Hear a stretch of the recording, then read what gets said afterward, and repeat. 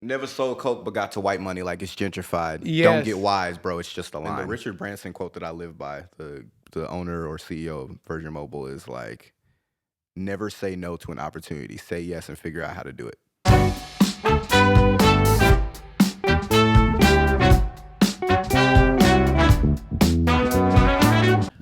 Hi, everyone. Welcome to The Empire, where we like to engage with everyone from pastors to actors, rappers to trappers, and everybody in between. My name's Antonio Lee Miles, your host. And yes, you better know. And guess what? We have another amazing guest for today. But before we get into our guest, y'all should know this by now. Y'all should know this by now. Know with a K, not an N. So y'all should know this by now. Like the video, please. Subscribe to the channel if you haven't already. Yes, sir. But even better, if you want to help support us with that greenback, that digital greenback, you can do our Cash App, which is $THEE Empire Podcast. Also for Venmo, THEE Empire Podcast. And we also have PayPal, which is paypal.me/The Empire Podcast. All three will be in the description, okay? But we appreciate all you guys regardless, you know. We're trying to build this up. We're doing great work out here, and we're having fun. Hope you guys are enjoying it too. But enough about us, or me, or whatever. Us, it's us. You, us. You, us. Anyway, like I said, we have another great guest. A beautiful gentleman who's a MC, an artist, a teacher, a professional. He's out here doing his business, and we're glad to have him here. And his name is Nicklaus Gray. Welcome to the Empire. Thank you for having me, Antonio. How you feeling today? Man, I'm doing great. How you doing, Dad? I'm well. Like I said to you a little bit earlier, it's kind of odd that in the middle of October it's hot, but when it gets cold, we're gonna be like, it's a little too nippy. That part. So. Yeah, for me, I prefer warm over cold. A lot of people are the other way around. I don't know. What are you? I'm definitely more a cool person because I really enjoy being able to pull fits out. Long sleeve is me in my bag. Also, I love a good duvet, like a nice comforter, like get real comfy. Right now, I'm sleeping on top of my sheets with like a blanket because it's like it's light enough and it's cool enough. I ain't gotta run the AC all night. Wait, what's a duvet? Is it like It's just a blanket. Okay. You know what's funny? It sounded so fancy. You know what you would think so. I got that line from Fight Club, that directed by David Fincher. I freaking love that movie, but Brad Pitt says the same thing. He's like, "What's a duvet?" He's like, "It's just a blanket. It's just a blanket." Got you. You know, and it's like a commentary on like consumerism and how like the patriarchy is being taken down by like the emasculation by constant consumerism and buying IKEA catalogs, stuff like that. I don't know if you've seen Fight Club, but it's I was gonna say I'm Brad Pitt and you're Edward Norton. Edward Norton. Yeah. So this is I love me a good duvet. Love the cool. But I'm having a good day. I'm happy to be here. Gotcha. So you like comfy fits with long sleeves and the cold weather helps it all, okay? Definitely. I have a pea coat I've been dying to pull out. Oh, it's too hot for all that. I don't want to look stupid. Gotcha. You look a little goofy if you pull it out. Man, right now. But you never know. I guess if you're in Hollywood, you'd be like, hey, they'll be like, oh, he's normal. Yeah.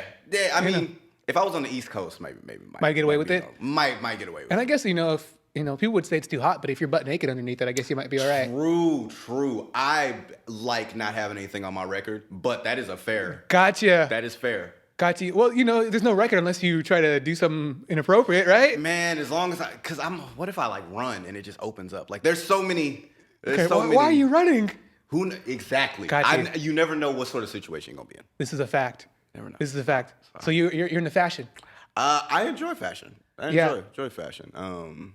I think it's definitely something I've picked up from doing like art and whatnot. You kind of have to study character designs, how like folds fit on arms, whether or not they like certain fabrics, how they like bunch up in certain joints and areas like that. So it's kind of like, I wonder what those sort of things look like for me and my body type. So. Gotcha. So it kind of evolved from creating characters into like, what does it look like on me? Definitely. Dope. Definitely. Yeah, I actually myself too. Like I wasn't really big into fashion. I used to be like anti like fashion and like caring about it. Mm-hmm. But then it's like I started to grow into it more and more, and I'm like, wow, like fashion's dope. Like, Yeah. it's Yeah, like expressing yourself. Exactly. It's a representation of you. Yeah.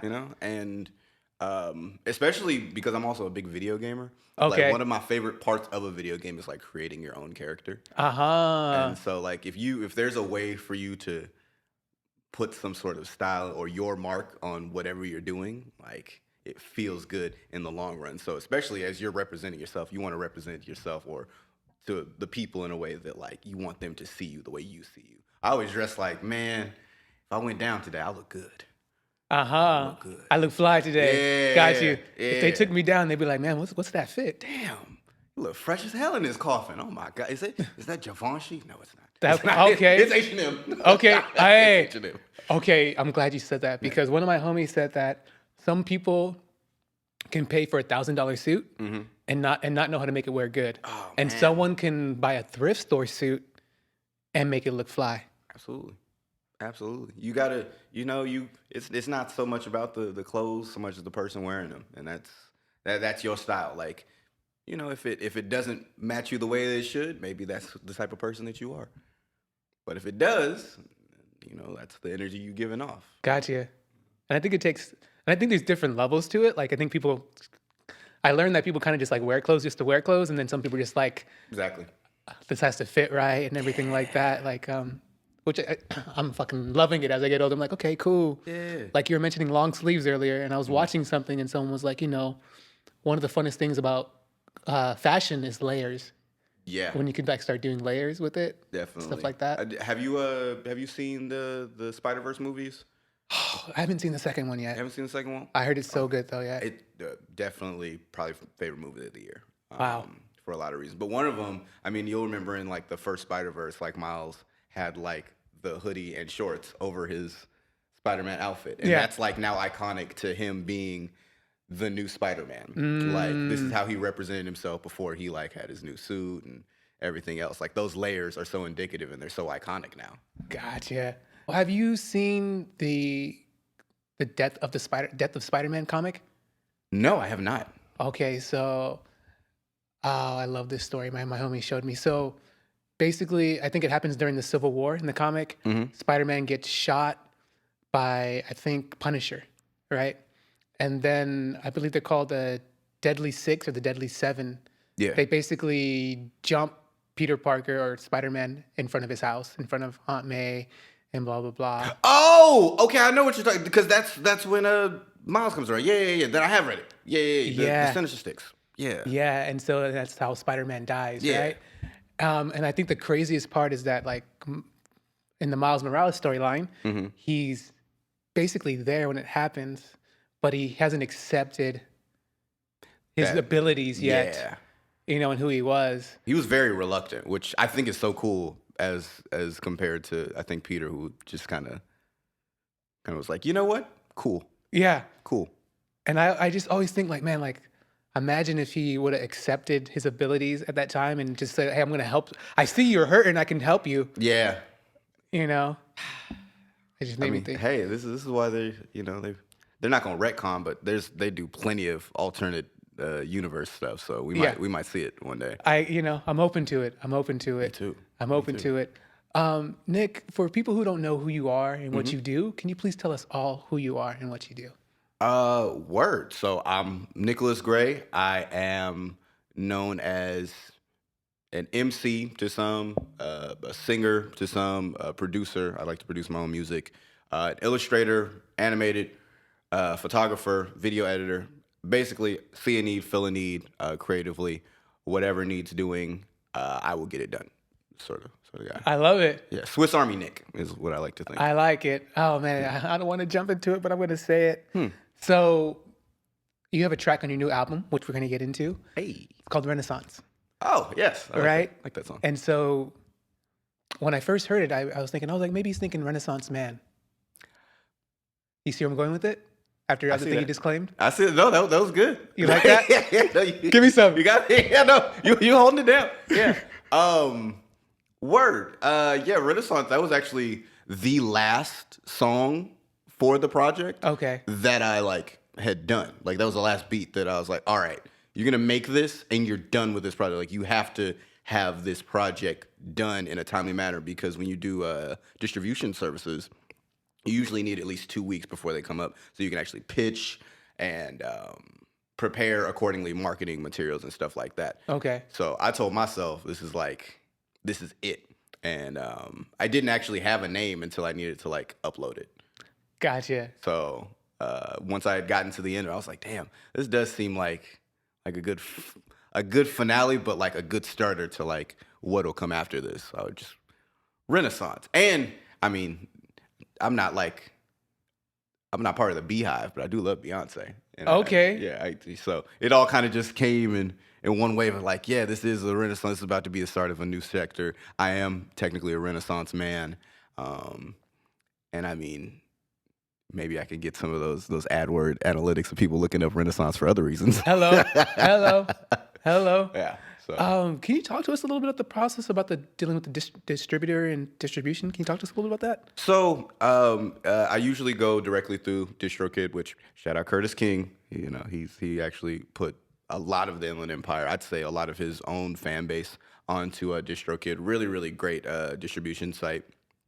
There's a lot of minute details that come with uploading, which include making sure you have all your credits right, that you have your splits right if you're doing music with other people, obviously, as well as lyrics, because those are also part of AdWords and link ups and whatnot. I have the Lyric Blaster on, which I believe I paid like $15 for unlimited lifetime uploads.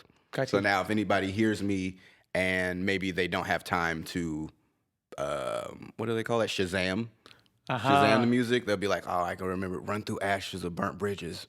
And they put that into Google, it's going to come up on a web page that's like, these Lyric Blasters have been shot out to the internet. So it'll actually pop up. As well, I have a Genius page for all the lyrics on A4E as well. But kind of a long process, which is why you want to get it done fast. Funny story, I messed up the first upload. And halfway through, I was like, oh man, I think there's a mic pop. There's like some sibilance, some goofy mixer stuff that caught my ear when I did the listen through. So I had to take it down and re-upload it. And that was a little bit frustrating. But you got to do what must be done. You got to get it done. Yeah. You know, congratulations. Thank you. First of all, for getting it done and doing it. It's a great album, by the way. Like I said, we're going to get into it. You mentioned the hard work it is to write a book, for example, right? Certainly. And I want to commend you the hard work it is to put an album together and to see, takes one to know one, as I just want to say. Absolutely. Does that make sense? You understand where I'm coming from? Absolutely. Yeah, so it ain't easy work. That's all I want to say. Not at all. And I appreciate that, because as I was like looking through your book, the 10 things that your parents should have taught you but didn't, I just was like, I was taken aback by the fact that it was kind of like fill in your own answers, because to me that speaks to the ability to say like, yo, I'm going to give you some of the tools to like figure these things out that you should know, but I want to hear, you should have your own interpretation of that information so it actually applies to whoever's reading, which I think is really cool. Yeah, it's basically holding each individual accountable, because there it is. My life is different than yours. But so for example, there's a part in there called Faith Helps. So what does prayer mean to you? And how will you practice, what technique will you do to practice strengthening your faith? Word. And it might be, mine might be different than yours. Absolutely. Or it might be the same, but yeah. Could be. Yeah. And I think that's so important. Like leaving that up to people, we're all so different, but so the same. I saw a TikTok, this is a random tangent. I saw a TikTok that like I had to send to a homie that was like, when it's October and you had to pee in the middle of the night and you get back to your bed and you like hop under the covers and you like giggle to yourself because it's cool, but like now you're under your covers and now it's gonna be warm again. And one of the comments I saw underneath the video was like, I have never had an original thought. And I was like, bro, are we all just having the same sort of like really similar human experience? Because I've definitely like ran back to my room after it's cold as crap in the middle of winter and just got back under my bed like, oh man, it's time to get warm again. Yeah. But yeah, that human experience is definitely brings us closer together than like separates us for sure. 100%. And I think that's the beauty of art. Agreed. You know what I mean? It helps people be like, oh, you know what? Like I can relate to that. Mm-hmm. You know what I mean? Nick, can you give us all a brief story of where you grew up, how you grew up, and your life all the way up to the point we are to here today? Brief. Or as quick, or, you know, how well you can. You know, I know. I have to say brief now because people. I used to say, I never used to say brief, and people were like, yeah. Oh, we're gonna work out that time limit on the camera for sure. Yeah, no, that's it. So as brief as you possibly can, you know. Definitely. Yeah. I could do a compact version for sure. I was born in Arizona. Okay. To my mom, dad. They were cool with each other, but not completely cool. They ended up separating. So I left with my mom to go to California and live with her mom, my grandma, love her to death. And she met my other father, Michael, and they came together and we lived in Rancho for a majority. I'd say up until around I was like 4th, 5th grade, Rancho. I got 2 brothers and sisters around that time. Did high school at Rancho Cucamonga High, and then transferred over to Etiwanda High School. And my junior year of school was probably, I guess, where the interesting part of my story starts. My mom had a Mac for work, like a MacBook Pro for work, and on it had GarageBand. And I had never done music up to that point that was like serious or recording any music. I did play trumpet in 5th grade, and then I did a little bit of choir here and there leading up to my high school experience. But I never like recorded music. One of my cousins, Ryan, shout out my cousin Ryan. He was a really, really dope individual. Hard worker. He came over one night to my house when I was in junior year.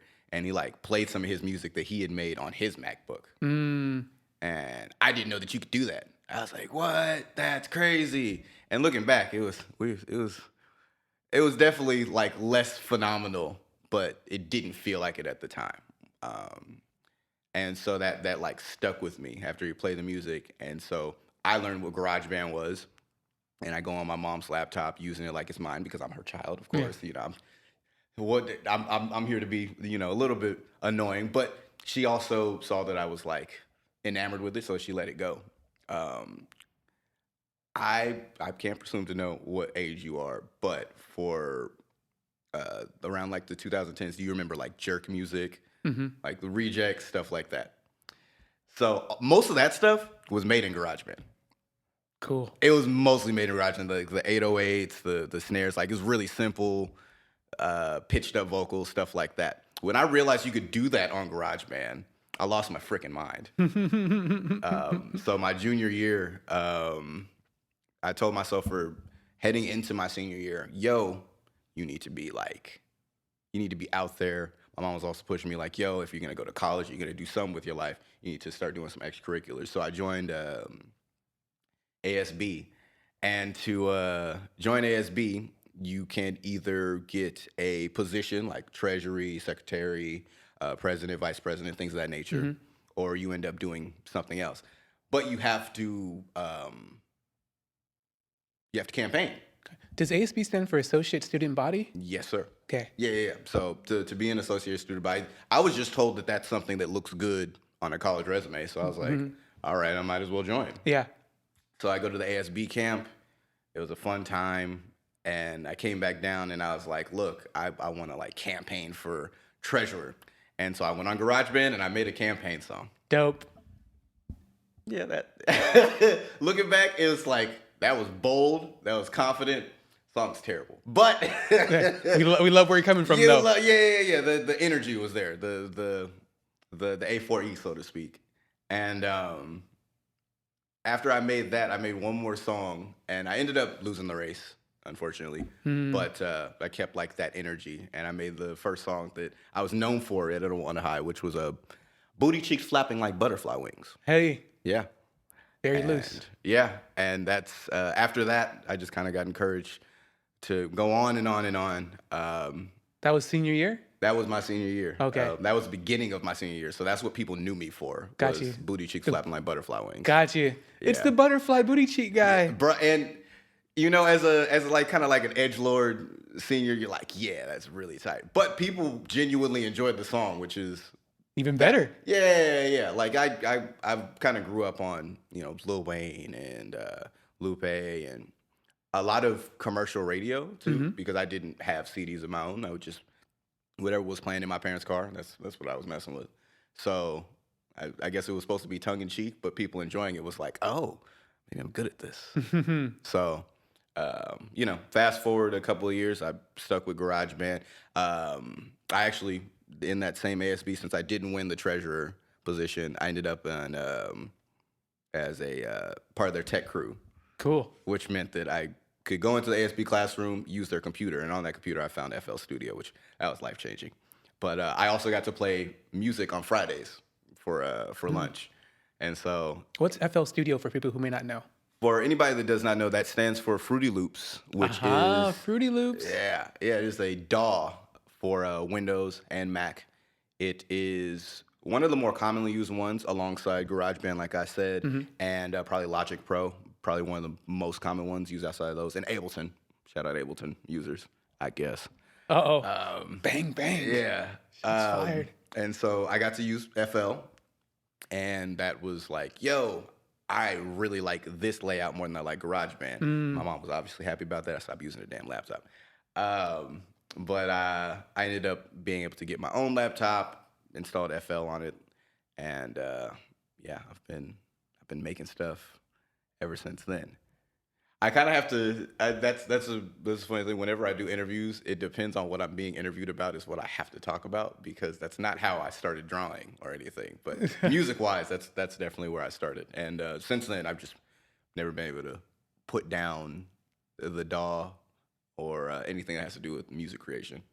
Got you. DAW is a digital audio workstation, I believe. Yes, sir. He's on his P's and Q's, baby. So how did we get to where we are today? You can mention drawing too with us, because I know drawing is also a big part, but we're going to touch that as well. So that's what she said. I kind of absconded from the idea of going to college. I don't have the attention span for the most part. I did take a really good guidance class, however, at Chaffey College. Shout out to Ms. Donna Calandras. What type of class was it? It was a guidance class. That's what I thought you said. Yeah, guidance class. I recommend those for anybody that does not like college. That was one of the only classes I remember, learned things from, and was like, I built off of what I learned there. It was really good. Wow. Kind of guide you in the right direction. Otherwise, college was unfortunate for me. What were some of the benefits that you think you took from that class? I think for me, because even though I have a relationship with my family, I'm more the odd man out, because I have what I'm doing is not something that anybody else in my family does. So there's kind of a disconnect in terms of how I approach life, because most people just do not understand the idea of like, yo, you don't want to do a 9-to-5. You don't want to do these things that'll set you up to do these things. It's just like, no, I have no interest in it. Gotcha. And so that sort of mentality is kind of hard to relate to if there's nobody else to kind of relate to. So gotcha. As the odd man out, it's kind of a tougher upbringing. You're on the outside looking in. But the guidance class put everything into perspective. Like, oh, yeah, this is not the only way to be successful. This is there's trade schools for stuff like for art, or maybe you want to be a music engineer. And all those sort of things had never really occurred to me, because I'd never had them put in my face like that as like an option. I thought it was like, be a doctor, be a physicist, go to the Army, you know? So after I took the guidance class, it kind of opened my eyes to not only, as you had spoke about a little earlier, being accountable for myself and what I want to do with my life, but even more so knowing that I can do whatever I want with my life as long as I have a certain amount of discipline, you know? So yeah, shout out that guidance class. It was really, really good. Love it. After that, I didn't go back to college. Gotcha. And you've been doing probably a lot, well, I'm just going to assume, probably doing financially better and well than a lot of people who probably have gone to college. I get in some ways not. You know, I think everybody struggles, especially right now, man. It is it's looking ugly out there. It is. Inflation is whooping all of our ass. Excuse me. Yeah. Profit gouging.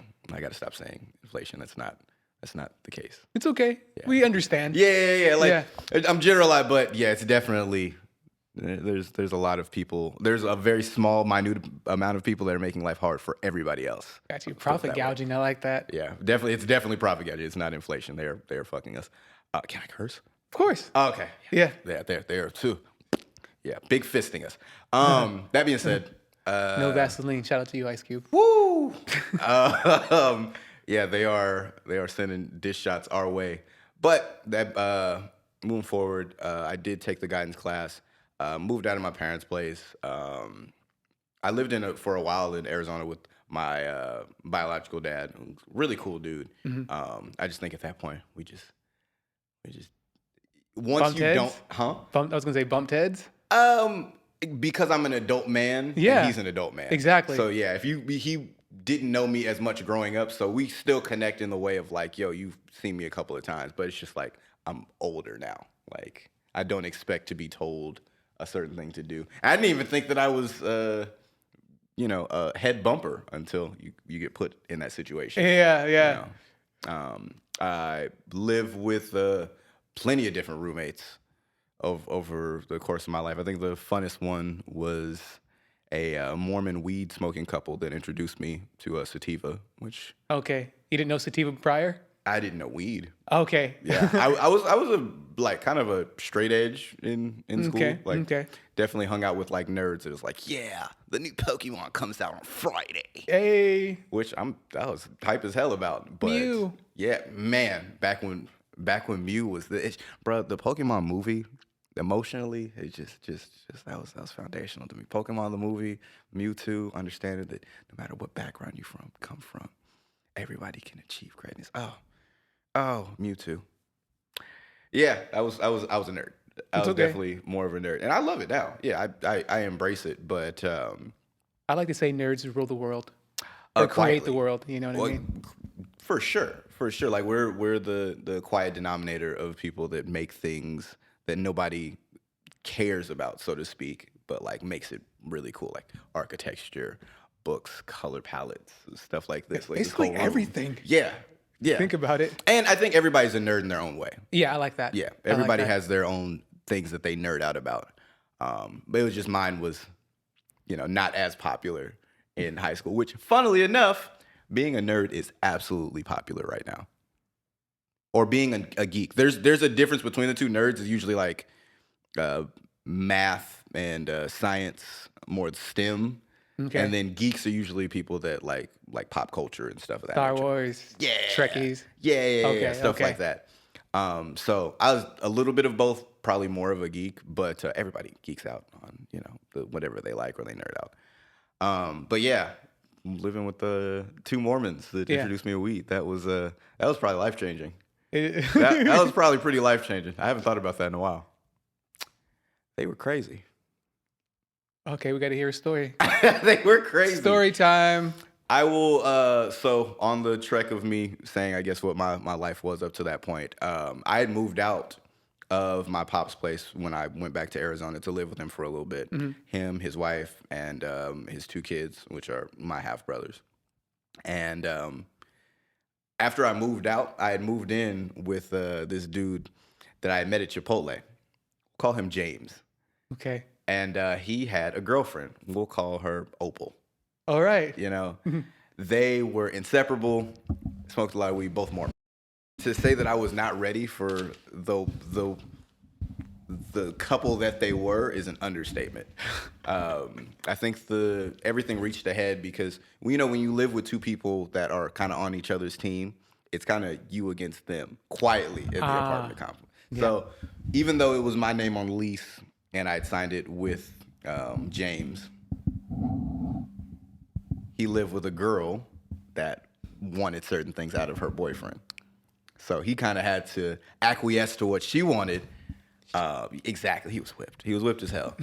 And one day, as I was thinking about how I was going to move out, they were having a fight. And I had a door to my room because they wanted me to pay extra for my room because I had my own bathroom. Gotcha. They wanted me to pay extra for the apartment. I thought that was stupid because there was 2 people in one bedroom. I was like, you guys should pay what you pay because you're 2 people and you're using the rest of the apartment.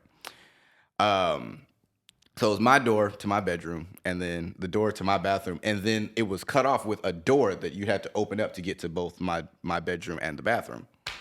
My bathroom was like the bathroom that all the guests use, all that stuff like that. My door was always open. I remember one day I heard yelling that went through both doors to like my bedroom. And I was like, ah, crap, they're fighting again.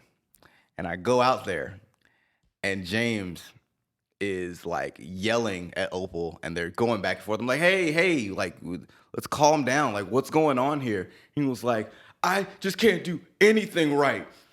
And James, he's like a 6'3", kind of like corn-fed Mormon white boy. He is the big dude. Yeah, he's like a tall dude, like lanky but big. Like you know, not stocky, but like he's definitely like he has weight to him. Yeah. And our porch is like right there, and the windows are open to the blinds. And he's like, I just can't do anything right? And she's like, fuck you. Oh my God, And she's going on and on. I'm like, yo, we gotta chill out. All of a sudden, he's in the middle of the living room, and he throws himself through the glass patio door. Oh, fun. And like I said, like he's built. I didn't think he would just go through it. Motherfucker just went through it. Just the whole body, whole shebang bang. Throws himself out and then turns around. He's got like shards of glass and like his forearms and like chest and stuff because he was wearing shorts and like a tank top. And he's like, and he just starts crying, sobbing. He's like, what did I do? Opal was on the couch, like crying. She runs to my bathroom, starts throwing up in my toilet. Now, mind you, I had been trying to figure out how the hell I was going to get out of this apartment situation. That definitely, that was a tipping point, so to speak. Problem solved. Yeah. I will say to put a succinct bow on this, I was able to get out of that situation. They didn't want me to leave the apartment because they, you don't want to lose income when you have a situation like that. Yeah. And his girl wasn't always working. Like it was always kind of up and down with them. Ooh. Yeah, there's a great lesson to learn. It's like as a 19-year-old, that definitely shaped me. But they were like, yeah, you can't leave. We won't sign the lease for you. I was like, you guys got paid off of insurance fraud because you said a rock went through the window. I will go tell. And that was one of the first problems I had ever solved by myself as an adult. Hey. They signed me right the hell out because they were like, fraud is much more expensive than paying for this apartment by ourselves. That part. And I did not have a judgment on my credit. Problem solver Nick in the building. It's your boy. Hey. It's your boy. So after all that problem solving, I ended up moving back to California. I did live with my grandma for a little bit, which shout out my grama. I was going to say, shout out to grandma. Always shout out grandmas. They're the backbones of families, man. Take care of your grandma. Worked for Farrell's Ice Cream Parlor. Have you ever been there? I don't think so. Imagine like an old-timey restaurant where people sing to you for your birthday and there's loud sirens going on and bass drums being played. Wow. Yeah, it's a lot. It's definitely a lot. But that helped me be more of a performer for sure. Got you. Because that's how you get a bigger tip, put on a show for these tables. Now, I'm not going to lie. It was a little bit shuck and jiving. But I always did it my way. Got you. So. Usher. Come on now. My way. Oh. Yeah. So I stayed there for like 3-4 years and then ended up moving out again. And I just stayed out the next time.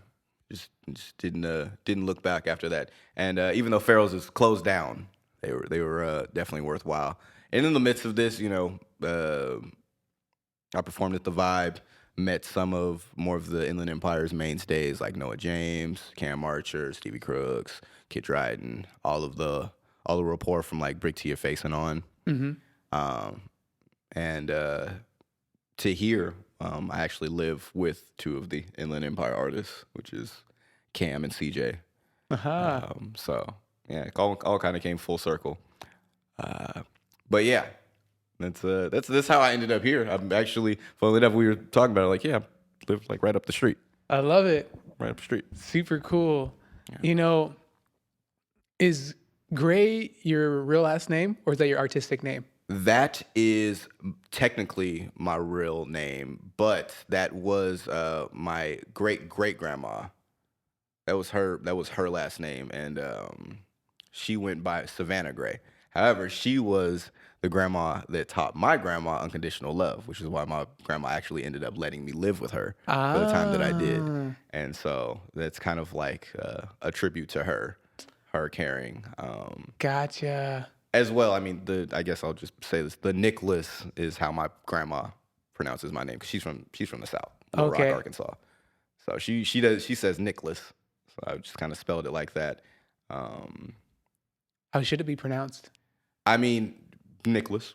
Okay. It's definitely not Nicklaus. Like I know, I read it. I was like Nicklaus. Okay. Yeah. No, it's definitely Nicklaus. And then my mom, my actual mom, she hates when people call me Nick. Okay. She absolutely hates it. So that's like a little like, no, I'm just gonna kind of do what I want with my life. But I'll have everybody call me the name that you like. She loves when people call me Nicholas, which my actual name is Nicholas. So it's a little tribute to all the women that have done significant stuff in my life. I love that. You know, I had this conversation, I think, with Amanda Jade from Keep Your Crown Right. Mm-hmm. And I think our names are very important and what we want to be called. Yeah. I think it's a lot powerful.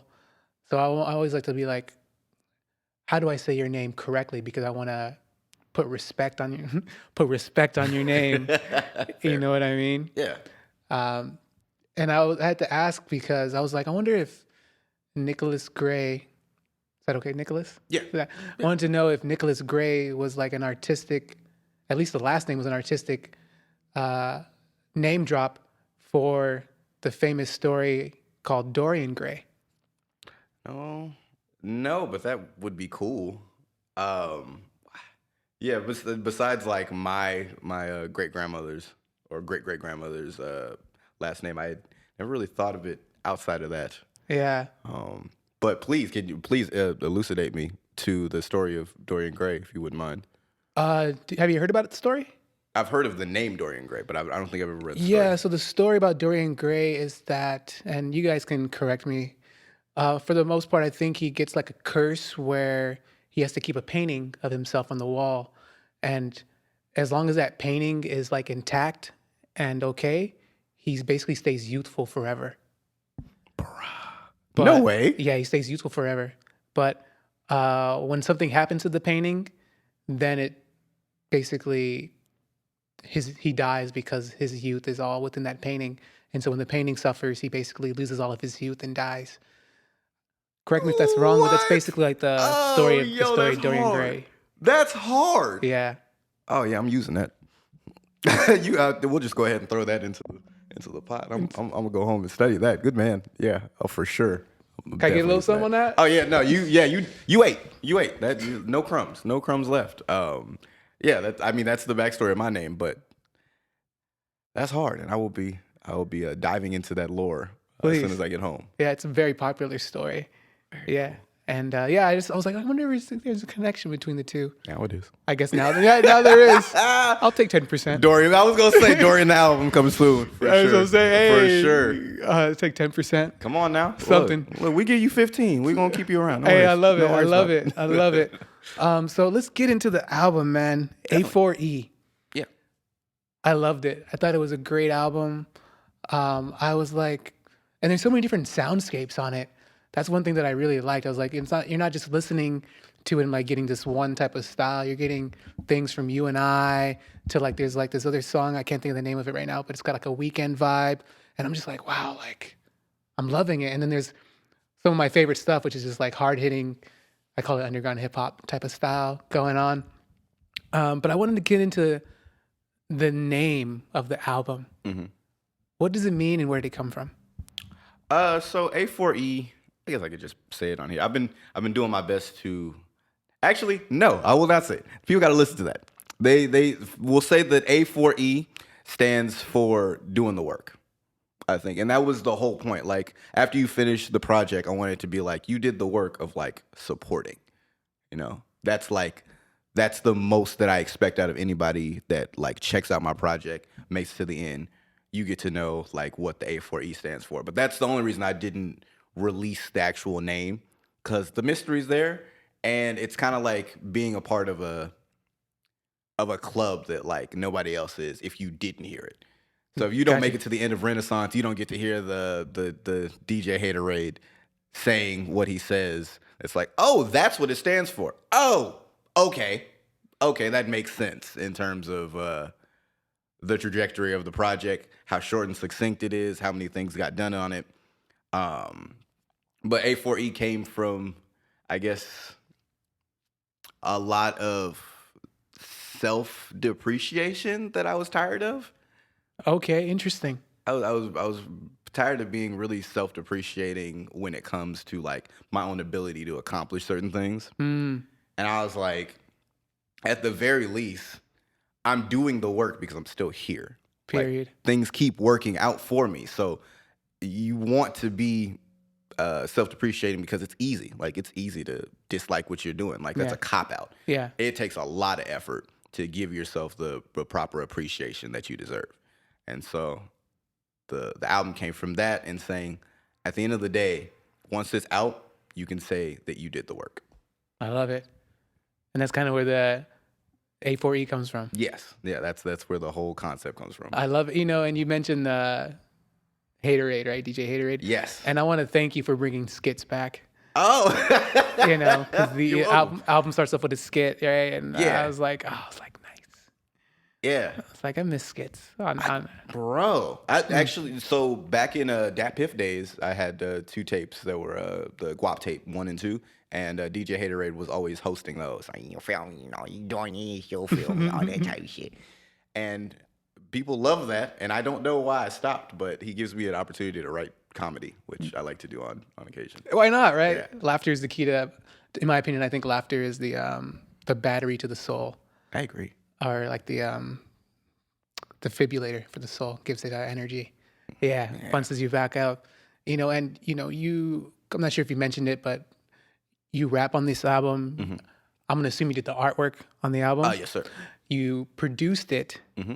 How was the process for doing all these things for this record? So go check out Tux music video. It's on my YouTube right now. Nicklaus Gray, Tux, shot by Oh Gosh Leotis. Shout out Gigi. She was like our principal assistant. Mm-hmm. She helped us put everything together, put a bow on it. So Tux was the first song that I did for the project. And I was kind of thinking about this morning before I like came to the interview. I was like, because you don't really think about stuff when you're doing it. Like, you're just, at least when I'm working, I'm just like, I'm doing this because it needs to get done. Yeah. And I'll go back to it when I need to, but let's get it finished first. And when I made Tux, I like finished the song and I was like, that was so hard, but this is such a bullshit ass song. I'm being so lazy. So lazy. I actually have on my Instagram, I like broke down how I did the song. Yeah, I like that. Thank you. I broke down the beat, broke down like how I went about like making the song. And it was supposed to be like complicated. Like there was supposed to be a certain energy to it, lyricism to it. Yeah. And then I just freestyled all the lyrics. And then I was listening to the song back and I was mad because it was still hard. And I was like, you know what that means? That means that you have not done enough. All right. This is a softball pitch over the plate. All right. This is going to hit regardless. You need to make some more music to supplement this. You can't release this by yourself because this is lazy. And so without me doing Tux, I would not have done the rest of this project. Not at all. It was like a kick in the butt. That was like, oh, you do know how to make music. You do know how to like produce things. You just not doing it. All right, go do the work and then report back with what you got. Come back, yeah. So, shout out Tux, shout out Tux. Yeah, and it's basically kind of like the kindle to the fire. For sure. I believe after that, I produced.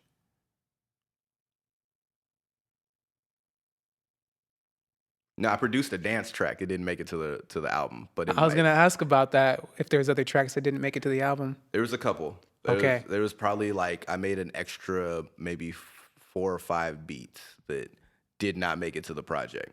But I did all of the beats, funnily enough, in the span of 2 weeks. Yeah, about maybe 2.5 weeks. Mm-hmm. And then I recorded the rest like a week and a half after that. So it was a pretty quick process. I don't know if this happens with you, but if sometimes I'll work on something, if I spend too much time on it, it won't come out.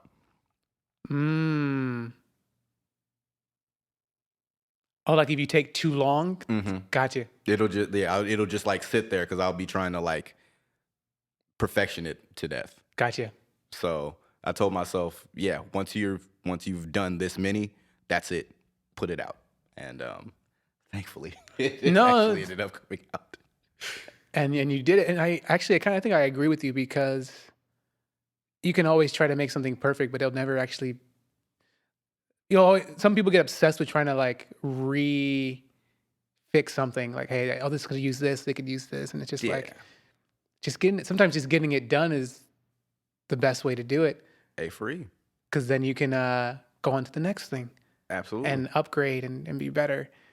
The first song that caught my attention, which is ironically the first song after the skit, was You and I, because like kind of got like this techno drum and bass type of vibe going on, right? Yeah.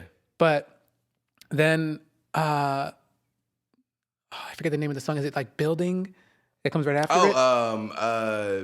it. It's Build It Up, I believe, is like 6, but Running Down is after. Yeah, Running Down, right? That's when you start. That's when the hip hop comes back in, right? Mm-hmm. And there's a line in there that I think is like something about like white, like it's gentrified or something like that in there. Hit me with it. Come on. Oh my gosh. Never sold coke but got to white money like it's gentrified. Yes. Don't get wise, bro. It's just a line. Yeah. I was like, yes. Yes. I was like, yes. I like to hear some. I need to hear those things. I need to hear things like that in my rap lyrics. Yeah. And so like tracks like that were really hard. Man, I feel such like a bad interviewer, because there's a and I wrote it down in my other notes, but I don't want to grab my phone and look through it. But there's a song, and I think it's the one that's in before Indeed. Is it Instead or Indeed? Oh, Instead. Instead Part 2. There's a song before Reset? that one. Yes. Yeah. That's the one. I think Reset has, like, to me, kind of like the Weeknd type of vibes. A lot of people have told me that. A lot of people told me that they don't like me because I made that song like 1 minute and 30 seconds.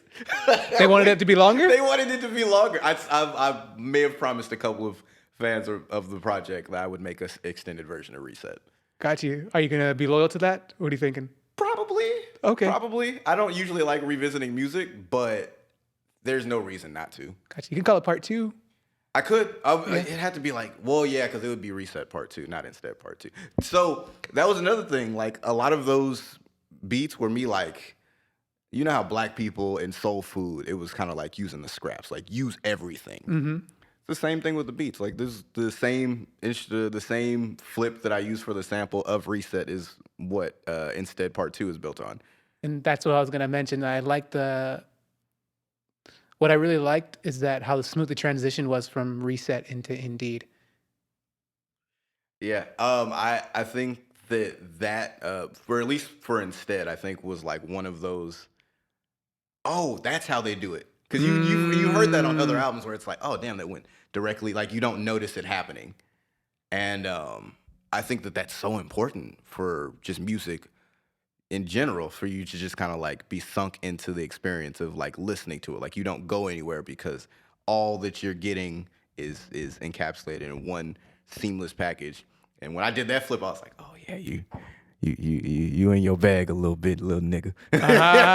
Coming with it. Yeah, I thought it was nice. I really, really enjoyed that. And on this record, on this album, there's no features, right? No features. Was that a conscious decision, or did it just happen that way? So there were 2 artists who I extremely respect, and you've heard of definitely one of them, that wanted to get on a record called Hydrate, which that was specifically supposed to be for my stream. Oh, that. So when you're on a hydrate, drink some water. Oh, that. on Hydrate, there's a command on Twitch that you can you can spend this many channel points and it'll hydrate. That's the only reason I had purposely, made the song. I was like, oh, I could just, customize the stream a little bit more. I already have my own custom layout. We can do the sounds and all that stuff. Cam Gnarly was actually supposed to be on that record. And if you listen to it, that sounds like a Cam Gnarly record. Interesting. I think he would have went crazy on it. But we were both at the listening party. He's been busy as hell. Mm-hmm. So he wasn't able to get his verse in. But I did tell him I'm gonna do a remix. I'll remix the beat. We'll get it in soon enough. He's still on his journey with shout out Cam Gnarly. We have another song called Love Like This together. He's just a vibe king. So I definitely wanted him for that. When he let me know he's not gonna have enough time to do it, I was like, no worries. I went to the homie Damon, who is this legendary St. Louis rapper, MC, artist that I've known for years. He's worked with Run the Jewels, Killer Mike. Okay.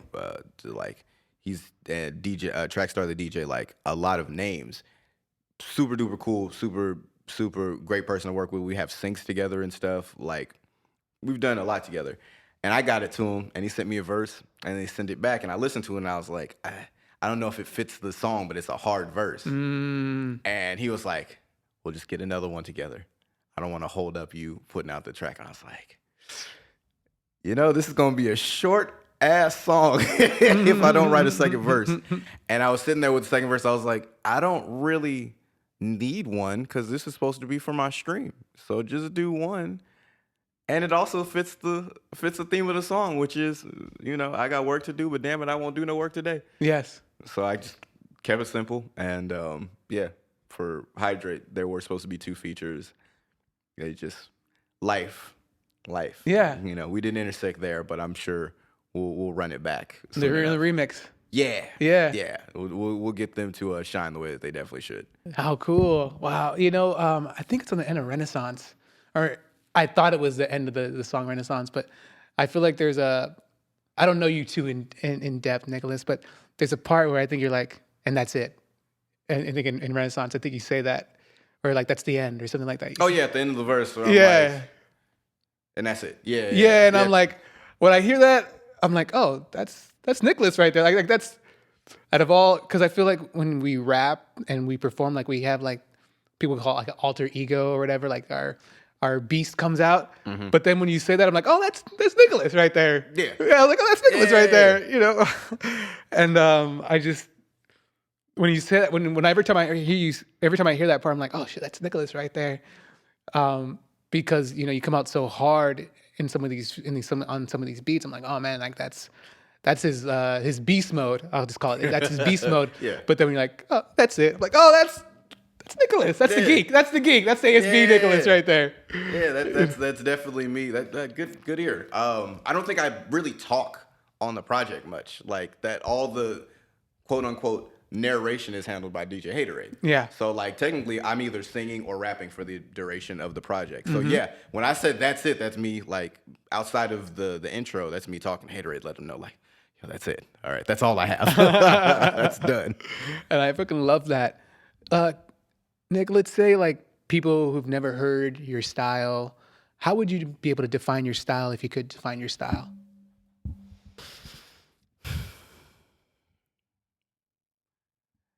Damn, I really don't know. I get in where I fit in.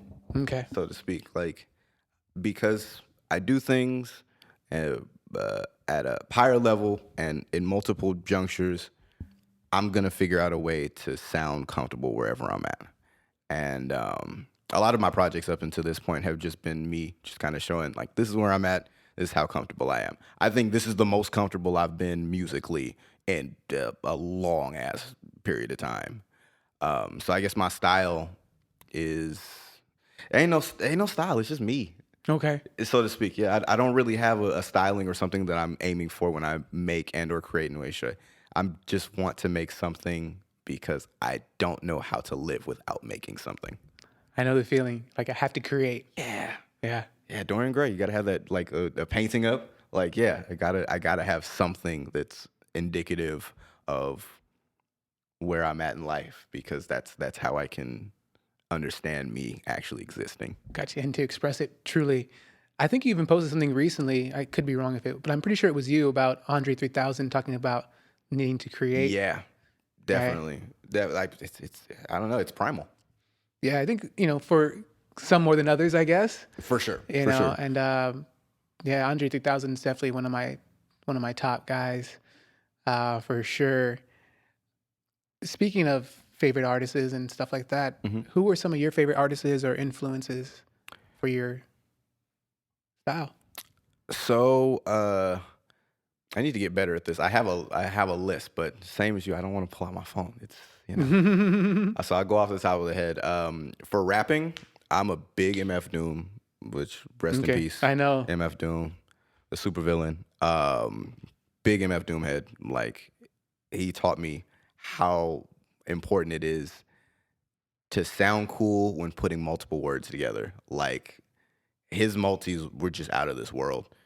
And he would still find a way to like narrate in the midst of these just villainous phrases, just tirades. You want to give us a line?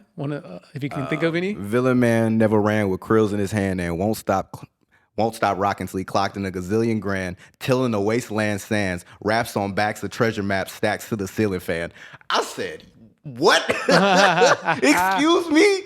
Oh man. And that's like older Doom. That's like born like this Doom. So this is even in his later half of his career. He was just whooping ass.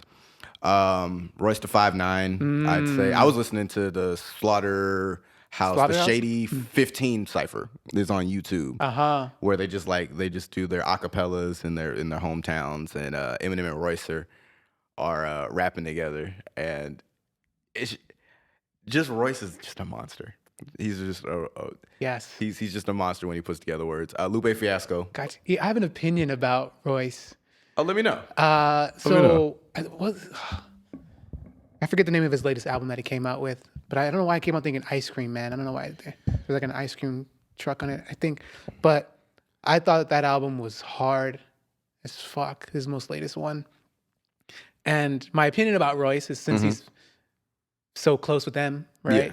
I felt like I guess kind of like a Goku and Vegeta thing, which like, I can see that. you understand where I'm going with it? Yeah. You understand where I'm going with it? Yeah. Just to clarify for people who don't understand, like Eminem keeps on getting to like a more lyrical, higher status in his skill, and Royce is like, "Oh no, you're not leaving me behind. I'm gonna be right up there with you." It's so weird because you can tell like they influence each other just based on how they'll rap in a very fantastical way, and then like ground it with something just randomly. I think it was the Allegory was the last album he put out, something like that. Either that or the Book of Ryan. Yeah, Allegory. I think it's the Allegory. Yeah. But yeah, Royce is nuts, and Royce has that same sort of like, I'll make a bunch of multis into a punchline that leads into a punchline, more multis into like an ultimate punch I was setting up this entire time. And along the way, I'll be like, yeah, I drove into an ambulance with a can of ants and sort of stuff like that. Those sort of things that M is definitely known for. But the reason I like Royce a bit more than Eminem was raw talent. Eminem has got it. He's freaking nuts. But it might just be like the black diaspora. Like Royce is also a black man rapping like this. Okay. So the things that he says I just relate to more. And so how he puts together his words is in the perspective of a black man living in America, and it just, I don't know, it resonates. It resonates. Lupe for sure. I listened to The Cool in high school, and I was like, I just didn't know people could rap like this. I didn't know that they just did this. Like this is legal. And then Lupe is like, Lupe. Like, I guess it is. So yeah, rappers wise, definitely Lupe Fiasco as well. Singers wise, Pharrell Williams. Wow. Absolutely Pharrell Williams. Wow. Absolutely. Like this, hands down. Not even as a producer. He didn't even say producer, folks. He said singer. Oh, as a singer. He has he's a countertenor, which means like he has like ridiculous high highs. And because technically I'm a baritone. I have a really I hear really low register, but I have like a really high, bright falsetto. So I be using the hell out of it now. I used to be uncomfortable. I was like, no, like I just want to be able to do Chris Brown notes. And then he did Chris Brown things, and I was like, never mind, I don't want to do that anymore. So, like Pharrell, as a singer, people underrate him. He has like a voice. He has a voice that like makes you want to listen to stuff. Interesting. You're the first. Yeah, like, oh my God. Yeah, he has like an infectious voice for sure. He uses it really well. And of course, he's a great writer and a great producer. Yeah, I think that helps a lot. Yeah. Patrick Stump from Fall Out Boy, the lead singer of Fall Out Boy. Wow, jump. Those are 2 jumps right there. I love Patrick Stump has the soul of an old, elderly black woman. I love it. Like, because like, and the ranges that his voice hits is kind of like in that same almost churchy octave. Like he can belt like nobody's business. He's an incredible vocalist. Okay. Also a great writer. I would say "For Ya I Do" from Fall Out Boy might be my top 20 albums of all time. Serj Tankian from System of a Down. Oh my God. It's interesting. I was with Jorge, the executive director here at the Garcia Center, and he was playing Aerial. Oh, in the sky. Yes. Oh my gosh. Yeah, there's something about Serj's voice that's just unique. And I'm so glad he went into like operatics and like much larger compositions to complement his voice, because he just has a big ass voice. Like this man can really, like, he can sing. And belch for sure. He can, yeah, definitely belt. And also when you do metal, you usually like have like a certain growl. Like you can do really dynamic things with your voice. And Serj shows it. His harmonies are nuts too. Like all the layers of System songs are crazy. And then probably singing wise as well, John Legend. Oh, interesting. Yeah. You know, I want to say one more thing about Serj. Well, the Toxicity album. Yeah, please one do. One of my favorite songs on that album was Forest. I think it's called Forest. Don't you know that you are my child? Tell everyone in the world that I'm you. Take this promise to the end of you. Dun, dun, dun, dun, dun, dun. Yeah. Oh my God. Yeah. No, I freaking love that album. I love that album so much that I think for the first like 10 times I listened to it, I didn't know the names of any of the songs. I would just run the album from the top to the bottom. Yeah. I would just listen to it all the way through every single time. It's a great album. It's a fantastic album. It's between that and Steal This Album for my favorite System of a Down album. Steal This Album it has American Dream Deferral, ADD, and I freaking love that record. But both of them are just like, I can start at the top, listen to the bottom, start at the top, listen to the bottom. And that's how albums should be. I agree. You know? I agree. That's why I mean, to go back to A4E, that's why I'm so proud of that project, because I was like, this just sounds like I could just start from the top, go to the bottom. Yeah. All right, if you're going to listen to it again, you can take songs for sure, but it's better if you just start from the top, go to the bottom. And it works. It's easy, smooth. And I like how you pair Tux with the Renaissance. I believe the two are right next to each other, right? Yeah. And it's just like, it makes sense. And I was going to ask too about the formation of why you decided to put tracks in certain places and stuff like that. Or was it just like splash? You know, I think that being around like other people that make music, like shout out Cam Archer, CJ Wesley, I'm around them all the time. Oh Gosh Leotis and Nabien as producers. You just kind of like pick up on stuff. And for me, I said it should be a really intense beginning, give people a chance to like ease into the rapping with running down, and then kind of sneak in the musical side, the more singing side, with like a blend of me doing the hooks and me just singing by itself. So reset instead, build it up into Hydrate, which is like, you need a soul sample. You need like something that's like soulful, and that can bleed out to everything else, because the rest is all going to be rapping. So make sure you have like some really good rapping for the last 3 tracks. And then for Renaissance, after Tux, it's just like, hey, end strong, but end in a way that's like, damn, if it ends here, I'm upset that there's not more. Yeah. So, yeah.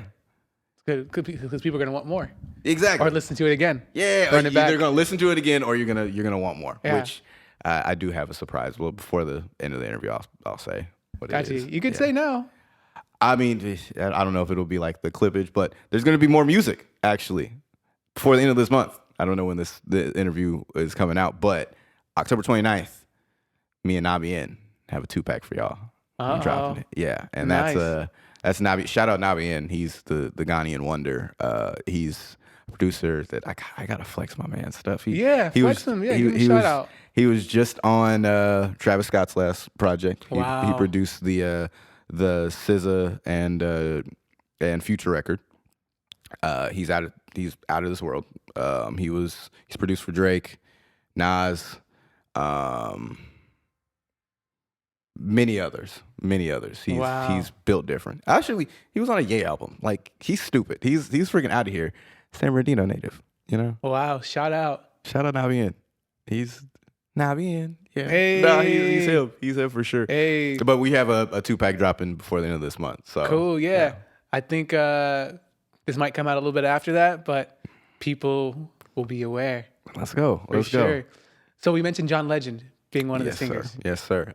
John Legend has just a pure voice. Like, it's definitely I was raised in church, belter sort of pitch, but it's also mad smooth. And I think that you sing a little bit differently when you also play an instrument. So him playing piano, like, I think that's tempered his tone to be really, really digestible, which I think I get from John Legend. Interesting. Yeah. I guess it also depends on the individual, because it makes me think, okay, well, I think one of the most powerful voices in the world, rest in peace, is Little Richard, who's the architect of rock and roll. Agreed. Yeah. And his piano player, but that voice. True. I mean, yeah.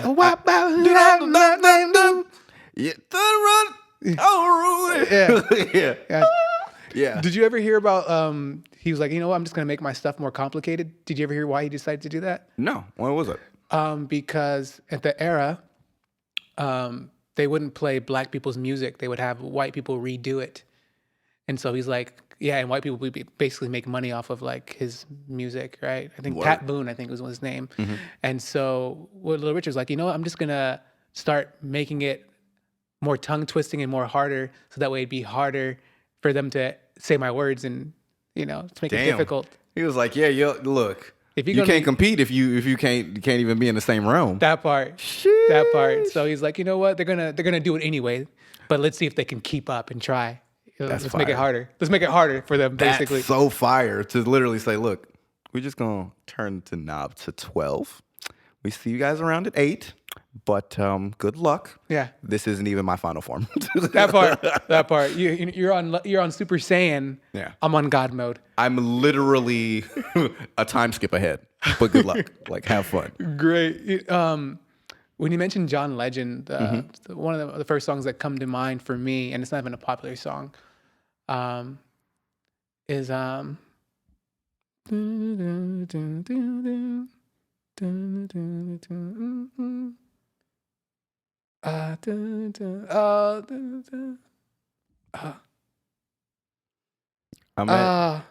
mad because that makes me think of the Terry Crews song. Oh, hilarious! And I know I like the song that you're talking about is just like barely evading my mind. Got you.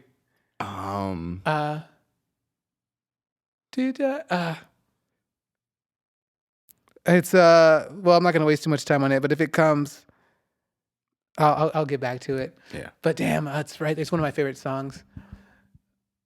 But anyway, what I also found out, which was pretty awesome, is that The Roots and John Legend have an album. Have you heard it? Their whole album? I think Everybody Wake Up. I think it's called either Wake Up or Everybody Wake Up. The album? Yeah. Yeah, something to that effect. They have like a full album, and it's amazing. I was like, wow, this is dope. Of course, The Roots are behind it. Fair. And I thought it was amazing. How long have you been? So you said you've probably been rapping since high school, right? Yeah. I think that's when I started actually like writing verses. Yeah. Gotcha. And you've been dealing in this musical world for how many years would you say? I don't know how old you are. It's so I had my 31st birthday in June. Okay. Oh yeah. So 14 years? almost about 14 years. Yeah, because I started rapping in 2010. I can technically say 2009. So yeah, about 14 years. Okay. Yeah. So what's your thoughts, and are you open to signing to a major label? There would have to be a very life-changing amount of money paired with signing to a major label. Because a lot of what major labels are doing now is looking for artists that already have established fan bases, because that's a guaranteed recoup in terms of what they have to invest in you to get their money back. And there's no A&Rs now. Like I just read an article, I believe Mariah the Scientist was on a radio show saying how they found her, cut some records, and then immediately had her on a festival stage, and she had just never performed. And so she didn't get the best out of herself because she wasn't ready to be on a stage of that of that nature. A&Rs, the artist development, and people that are supposed to be representing the lifeblood of the artists that they're managing, they're just not there anymore. And so a lot of the time, a lot of the footwork is done by independent artists. And true, you're better off being an independent artist in today's market than you are being signed to a label, because they're going to do what you're doing. They're just going to give you more money to do it. So, I mean, maybe a couple of releases with a major label, but if you have your masters, you have a fan base, you have people that listen to you, just stay the course. Gotcha. You want to make sure that music is feasible and it's something that makes you a consistent profit. There's ways around that don't require you to sign to a major label. So yeah, unless the sum was stupidly large, I have no reason to. Okay, gotcha. Unless that bag was just okay. It's got to be dummy, because there's nothing y'all are gonna offer me that I can't low key do myself or I don't have on my team. Can we give us a dummy number example?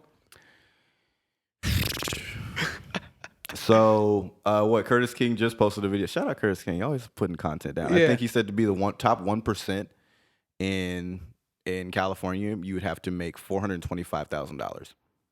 Okay. Only in California. Okay. In California. Yes, right? Okay. I thought it would be in the millions. I thought that was going to be more too. Yeah. Okay. So I need $600K because I get half of that up front. And so I'm probably set for life. But respectfully, if I have $600K or $300K up front and I just need to recoup that advance, most of that isn't even going to need to be spent on much outside of just marketing. And if I'm in control of that stuff, I'm going to find better ways to market myself than probably a marketing team, because I know what my fan base is looking for. Also, who has to do the art? Me. Who needs to shoot the music videos? Me. Who can edit them? Me.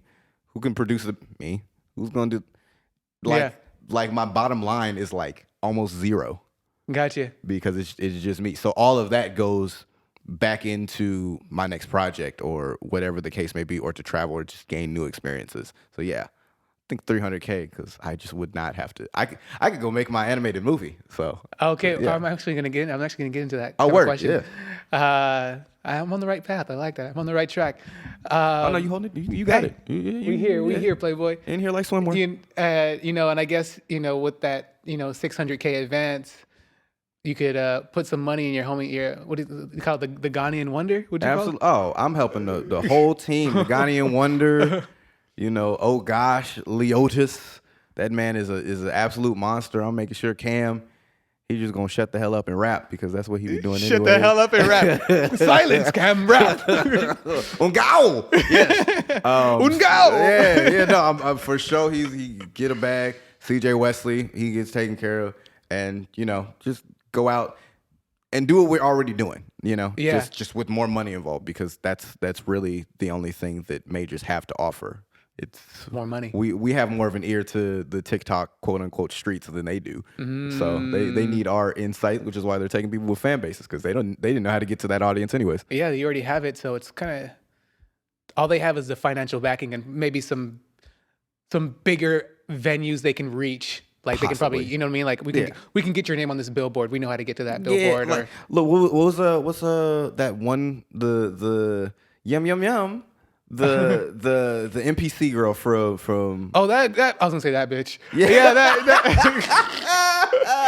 No, I get it. I get it. No, I mean she got to her bag, Hey, respect the bag. I respect the hustle. but I think she was on like the BET Awards. No, she wasn't. And Was she really? Yes. Oh, wow. And I think she presented an award, either that or just some award show. But to go from an award show from TikTok, that's on like national syndicated television. Yeah. She was just doing TikToks. Yep. So it's not out of the realm of possibility to reach huge audiences, big venues by your damn self. Yeah, very true. By going viral. And what's crazy is that unless she's smart, and hopefully she's able to flip that because, you know. She was using a light skin filter.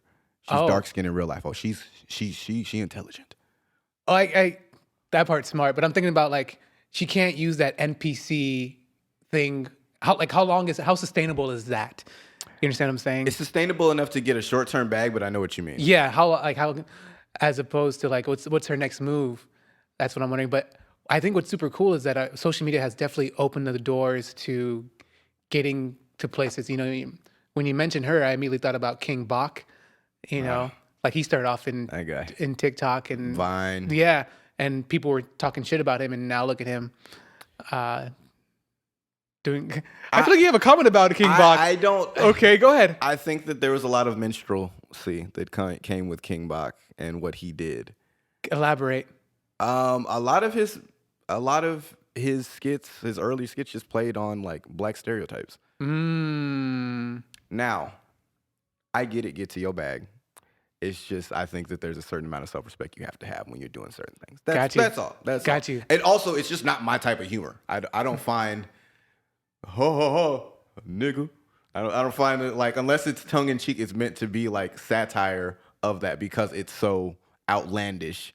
I can't find that funny. Like I'm like, look, man, Do better. do better. Man. Okay. Because that's his legacy now, and that for me personally, that wouldn't sit right with me. Gotcha. It wouldn't sit right. Thank you for sharing. No, seriously, no. It's because you have to. Understanding is the key to everything, I believe, right? And so now I have a better understanding where you're coming from for why.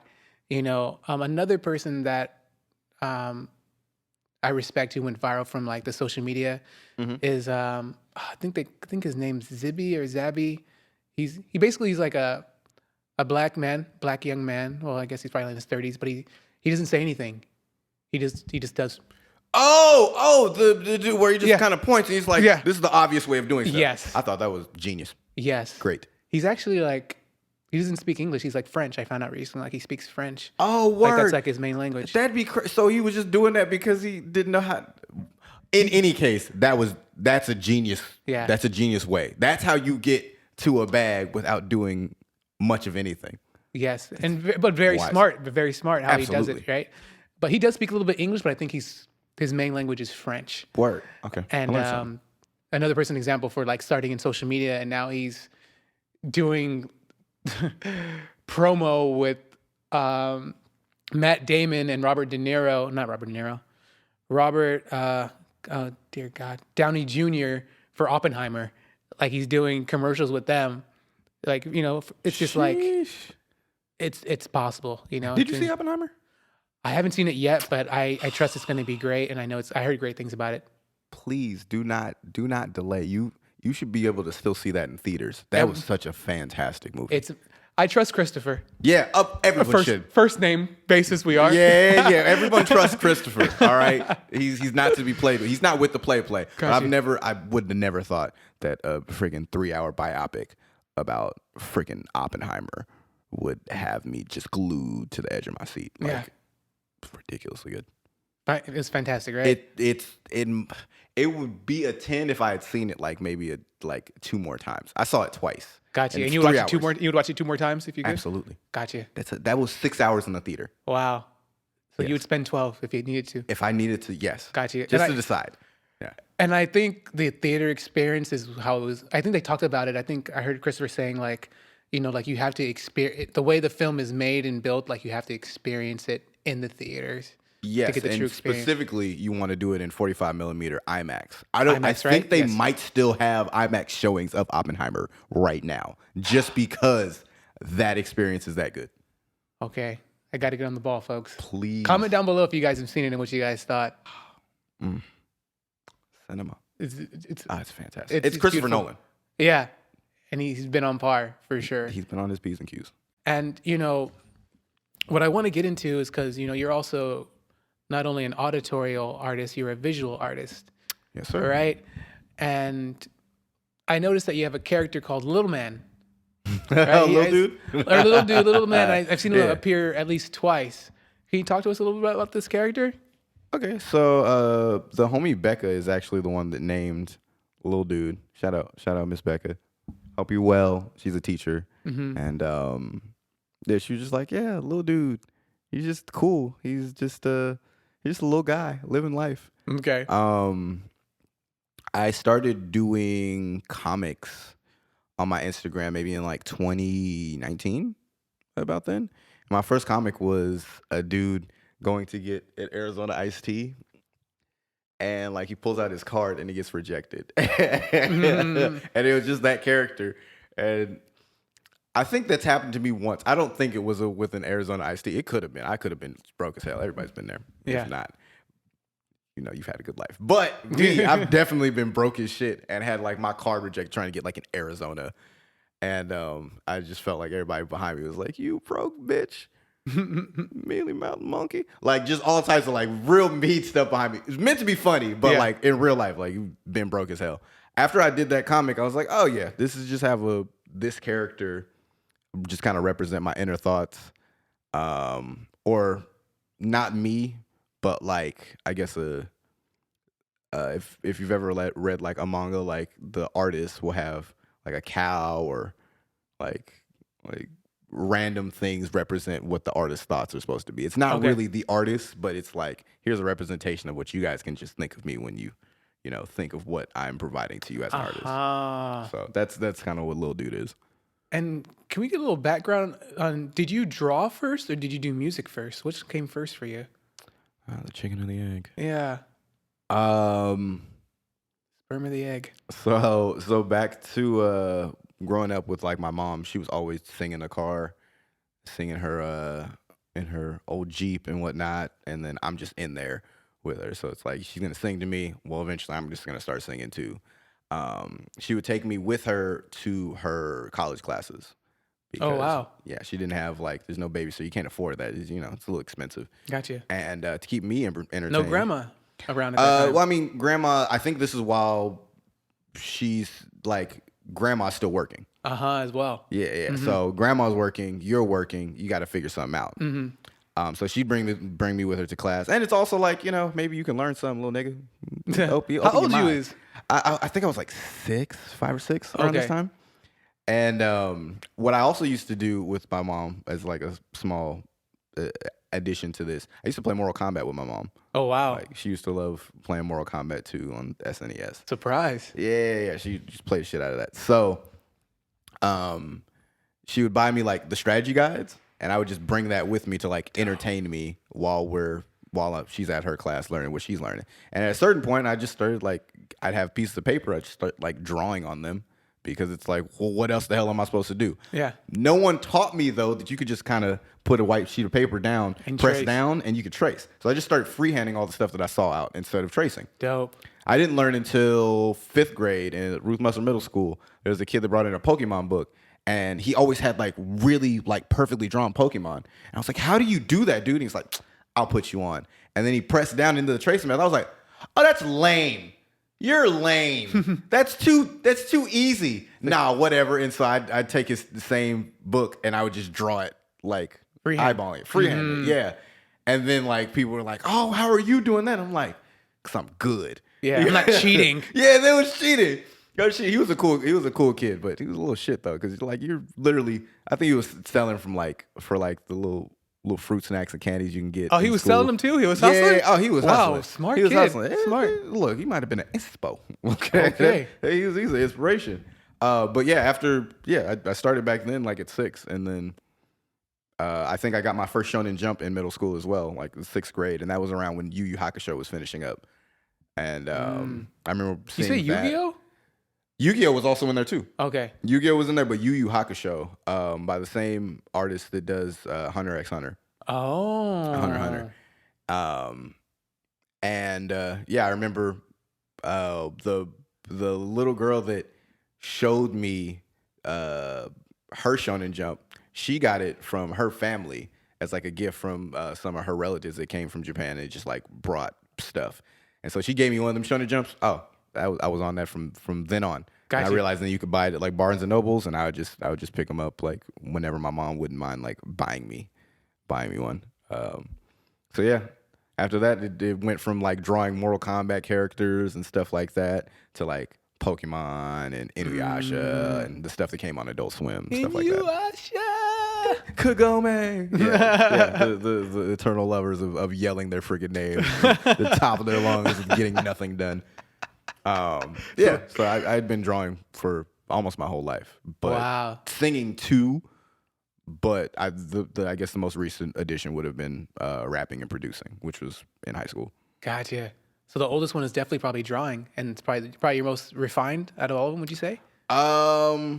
Probably. That's the one that I make the most comfortable of a living off of. Gotcha. Now that I'm starting to do sync licensing and stuff like stuff for commercials, video games, whatever I can get my hands on, realize that like I can also stand in that realm too. But I feel newer to that than I do illustrating and designing for people.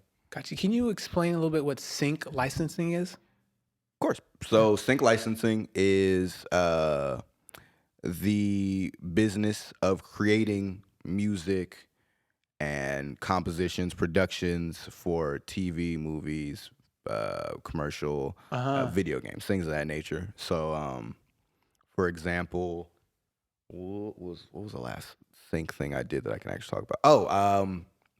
There was a soccer documentary on HBO Max that me and Oh Gosh Leotis made a song for. Okay. You know, and they came with a prompt that said, "Hey, we want you to hit these bullet points when you make this song. We need it at this BPM. We need it by this date. You're going to be going up against these other companies in terms of the song that you make. And here's the flat fee. Usually they'll pay a flat fee of like what the entirety of the sync will make, or which will be an all-in fee, or you get a percentage of whatever the sync is. But that's for like more established people. Got you, like royalties? Yeah. Okay. Yeah. So we got a flat fee, and it was a song called "Not the City," and they were like, "Yeah, we want you to do something like this." And I think one of the references was Kanye West. And so I did my best Kanye West impression on the record, and it ended up landing. So I was very fortunate. And those are usually like lump sums of money, a couple grand stuff. So you can live off of that, figure things out.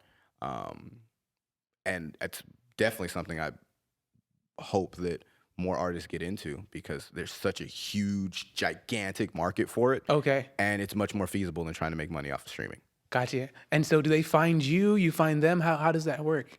I have the innate blessing of some sort.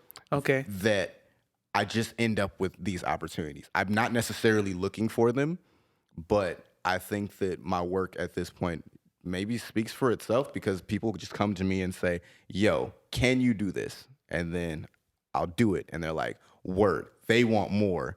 And that opportunity will turn into another opportunity. Gotcha. That's kind of how my whole life has been. God is good. He is. All the time. All the time. Man, that's I'm very fortunate. Mad fortunate. It's beautiful, man. And congratulations. Thank you. You know, because people wouldn't pay for something that they don't want, if that makes any sense. Not willingly a lot of the time, but you know, a lot of people still have Netflix accounts. Yeah. But in a general sense, I know what you mean. He wanted to take my... I hate when people take my compliments and just fucking like, you know what? I see what you're saying. But let me just wrap it in shit and throw it this way. I know exactly what you're saying. But poop is better on top of it. Look, I was talking to my friend Will last night, and I think he complimented me on like the album, and or he called me wise or something, and I just like dodged it, and he was like, "It's okay. You don't know how to take compliments. It's all good." And I was like, Yeah. Don't be so loud about it. Right. It's difficult as a creative to be, because that goes back to the talk about like perfectionism and why things don't get released. Because as the creative, you think that there's always could be more work done. So, but sometimes we gotta take those things, because especially I feel like when it's authentic. I think if it's not authentic, coming like authentically for someone, like whatever. But if it's authentic, like take it, because sometimes people will just say things just to like stroke your ego. Yeah, they don't really give a shit. You know what I mean? That's fair. You gotta have discernment in those situations. I am very appreciative. Thank you. I'm very fortunate. And I appreciate everyone that's helped put me in the position that I'm in now, because it's very encouraging for like the future. For sure. I think it's awesome, man. I got to get myself on some of these syndications or sync licensing. I need to get myself on that. And the same thing applies for like your artwork too. They'll do the same thing. Artwork is I did an interview that I posted on my Instagram, and what I mentioned was a lot of like my freelance started off with just friends that were like, "Look, I'll pay you to like, do you make album covers?" Yeah. And the Richard Branson quote that I live by, the owner or CEO of Virgin Mobile, is like, never say no to an opportunity. Say yes and figure out how to do it. I love it. And that's literally that's what I do in 90% of my situations. Like, yo, do you know how to do this? And the first thing in my mind, I don't say no anymore. I say probably. Okay. Probably. And there's not a probably that hasn't turned into a yes by the time I'm finished. I love it. I figure it out. You got to. I think I heard the same thing said by, oh man, I think it's Robert Rodriguez, the guy who helped did Desperado. He was like, we'll figure it out. Yeah. Or fake it till you make it, I guess is another term. Absolutely. Right. I really love your characters and your character designs. I really think they're really great. I checked them out on your page and I was like, man, these guys look so good, especially the main guy with the huge, bleach style sword on his back. Oh, yes. And I just love your characters, and so I'm assuming that you have a lot of anime influence. So I guess what's some of your favorite anime and who's some of your favorite designers that has influenced your design? I'm gonna go ahead and just pull out my phone. Uh-oh, it's coming. Because I told myself I need to start like making a list, because that is something I get asked a lot. And But the anime design? For sure. Yeah, they'll be like, well, what are your favorites? And I'll always want to say like what I just recently watched. That's not the case. It's never the case. Top 10 90s animes. So out of these, Dragon Ball Z. Okay. Is still probably number one. Favorite character, I gotta ask. God,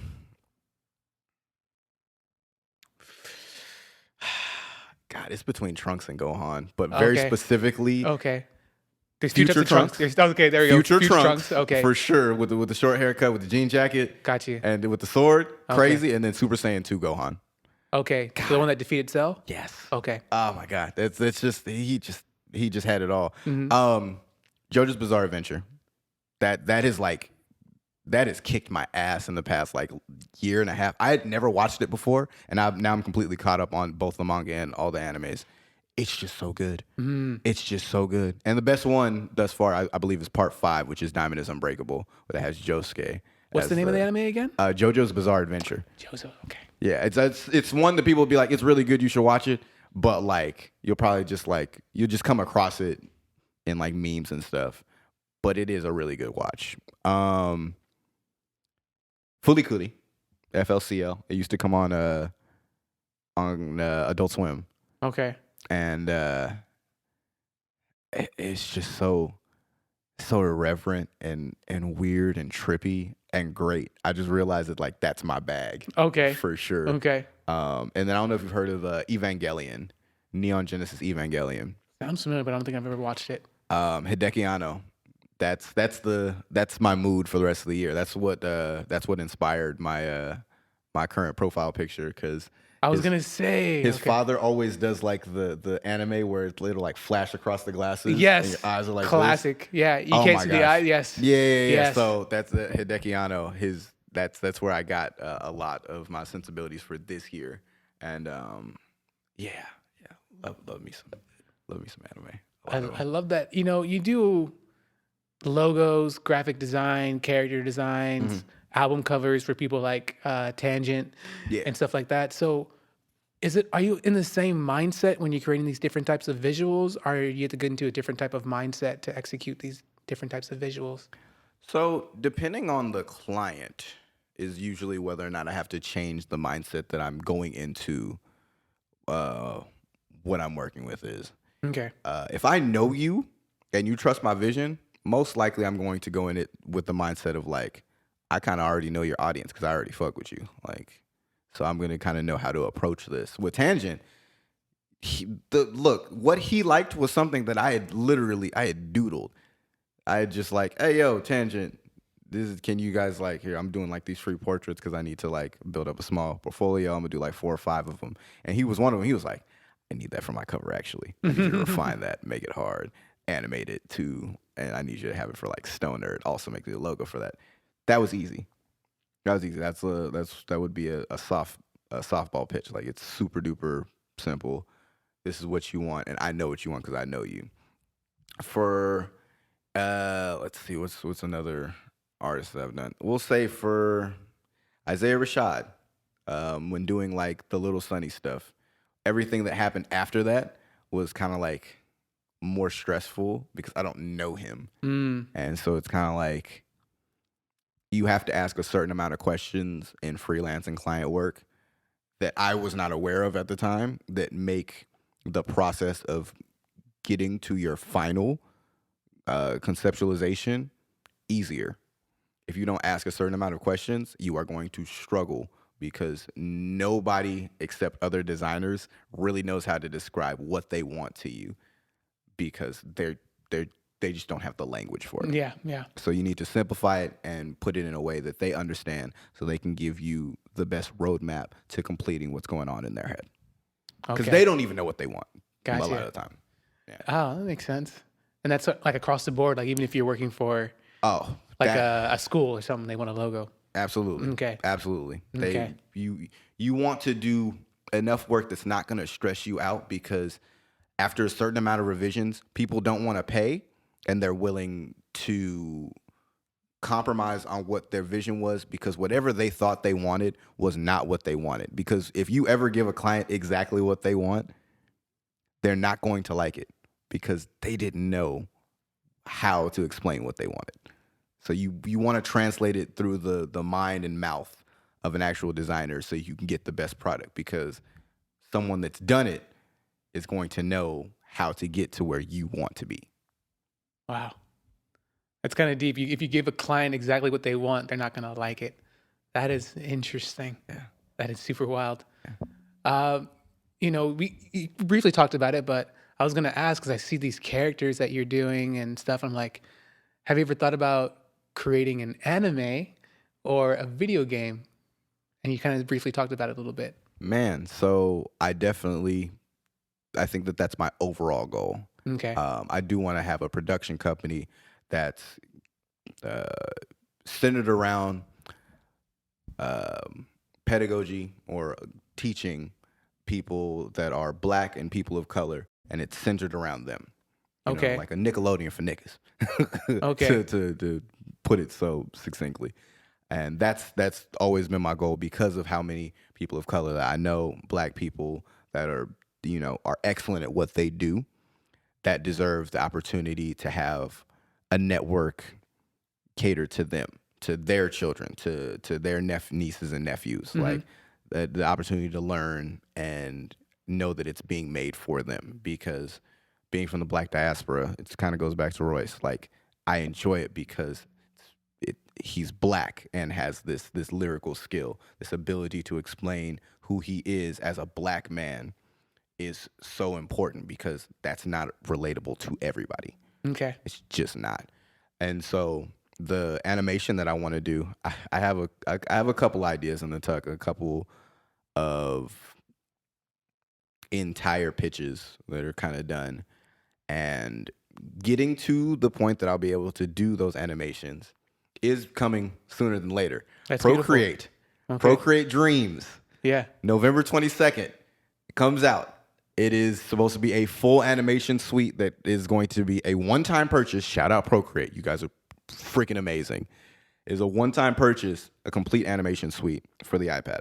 And normally I do all of my work on my iPad. I actually have it with me just in case I get like any clients that need something. And that will kind of consolidate the need for a bunch of these other animation programs, which can be kind of pricey and whatnot. So that goal, I think, will be done sooner than later. Animation is a big undertaking. It's huge. It's harder. Yeah. Huge undertaking. I don't know if you saw like the Rise and Grind trailers I might have posted, but it's for like a Smash tournament that was last weekend. And they asked me to score their animations. Cool. That was something I've never done before. It was one of those situations where like, Probably. Yeah. Probably I could probably do that, and then probably did it really well.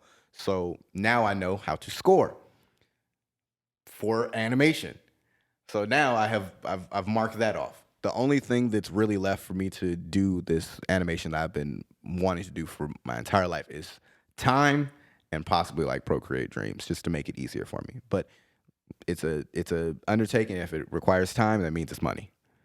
Yeah. So I want to have just enough sitting in the bank to relax, finish all the character designs, do all the sound work, finish the storyboards, all of the pieces of the puzzle that are necessary to make a full animation. It'll come, you know. Yeah, and it's going to be more educational based. Is that what you're thinking? Or is that a different project? Long run, the production company, I want that to be educational based. Okay. Whatever I come out with, it's just gonna be hard For this anime? for sure. For sure. Is there going to be words behind it, like, or is it just going to be all like music? And I kind of want to be obnoxious and do the voice acting for every character too. I'm probably not gonna do that. Okay. But if it is going to be a story, I would like it to be only 1 to 2 characters. So in any case, it won't be too much of a reach to like finish it, because Got you. Less is more. yeah. I mean, when a lot of people get involved in a project, that's usually when you start running into problems, because everybody has a different schedule and everybody has a different vision. Yep. The benefit of me learning all this stuff and knowing all these things means that when I'm ready to put something out, I'm not waiting on anybody or anything else to make sure that it gets done. Gotcha. And that also helps with anybody else that needs to see their vision come to life, because they're not going to have to go too many places, because I'm going to be able to finish a lot of what they need as one person finishing the body of work. Awesome. Is it going to be action based? Is that what you're thinking as well? Maybe. I have 2 action-based pilots, and then 2 are more like psychological. Thriller type of thing?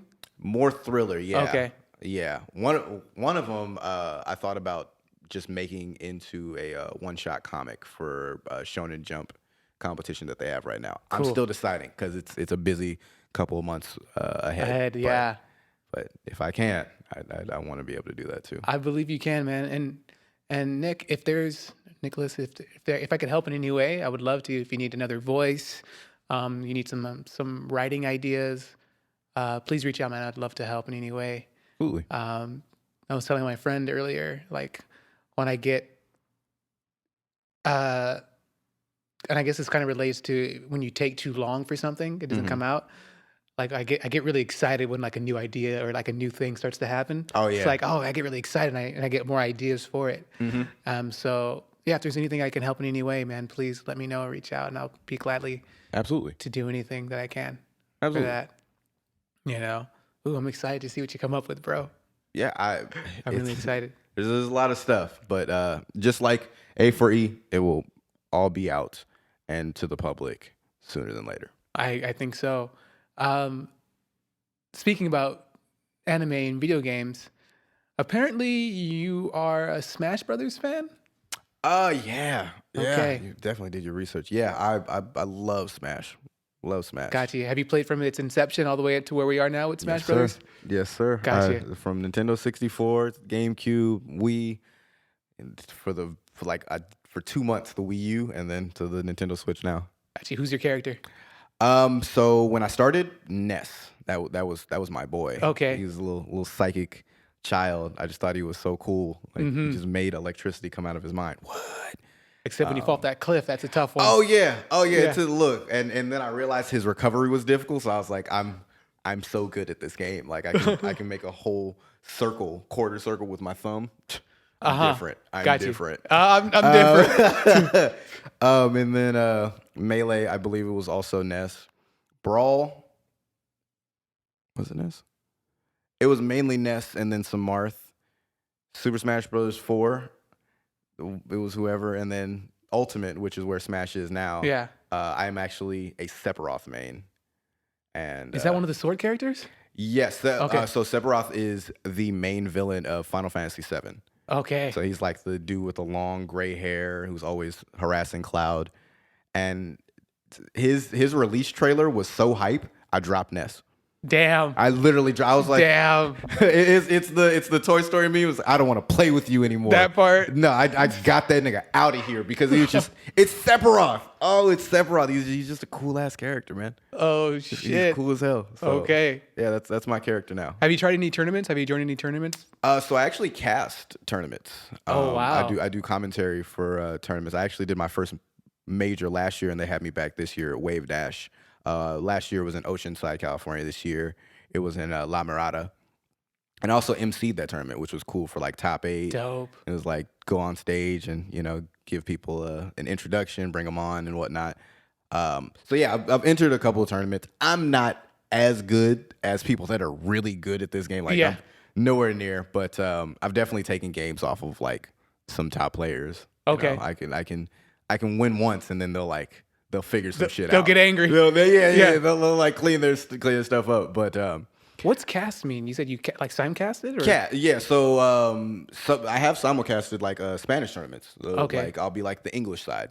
So it's essentially like broadcasting, doing a casting job of just being a commentator, describing what's going on screen to people. Oh man, I would love to do that. Oh my fun. god! I'll just come down sometime. I'll be in every Friday in Riverside at the Riverside Game Labs. It's a Backyard Smash and One Must Fall Gaming presents GLS, and they actually sponsor me, so I go down there and they give me some kickback to like sit on the mic and talk shit for a couple hours. Oh man, that sounds so fun. You can get a little money in the pocket for it too. A little bit of oh bread. Man. There goes I was gonna say Trunks. There goes Mario again, trying to do that up B. He's terrible. That's exactly what it is. That's literally what it is. Oh no, and he got caught off stage. Damn, he need to tighten up. That part. Yeah. Will he get on stage?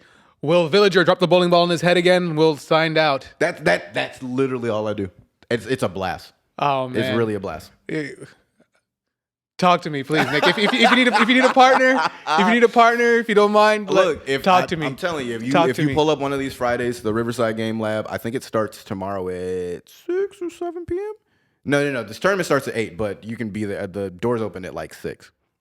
Come in, you'll see us. We have like a little backdrop and whatnot. We're usually facing the crowd and stuff. We've got a webcam, mic set up like this. Mm-hmm. And we commentate Smash, and there's also it's an open bar and stuff like this. It's a barcade. Yeah. So a lot of the times they'll like buy me drinks to sit there, and I'm just sipping on like a tequila and tonic or one of their customizable drinks. They're named after Smash characters like the Princess Peach, the Kirby. Okay, awesome. And I'm just doing that while talking to chat on Twitch and giving some match analysis. Gotcha. And this happens. Well, let's give a shout out to the place. Shout out Backyard Smash. You feel me? Shout out Gio and them over there. Gio, Ark, E-Man, Gucci. Shout out everybody over there. Backyard Smash. One Must Fall Gaming. They've been doing it for years. Back when it was like Arcade Wednesdays and whatnot. But every single Friday, on the Twitch.tv/the Backyard Smash, we do GLS. I believe it's 110 tournaments. Gotcha. And it's from, what's the time frame? The tournament starts at 8, so it might be up on Twitch by like 8:30, and it goes till it finishes. And sometimes I won't get home until like 1:30 too. Oh wow. Yeah. So yeah, and it's fun to even just enter the tournaments because there's also usually what they call friendly setups. Mm-hmm. So after you get your ass beat, you go winners bracket, you go to losers bracket, and you lose out of losers bracket. Usually they'll do res bracket.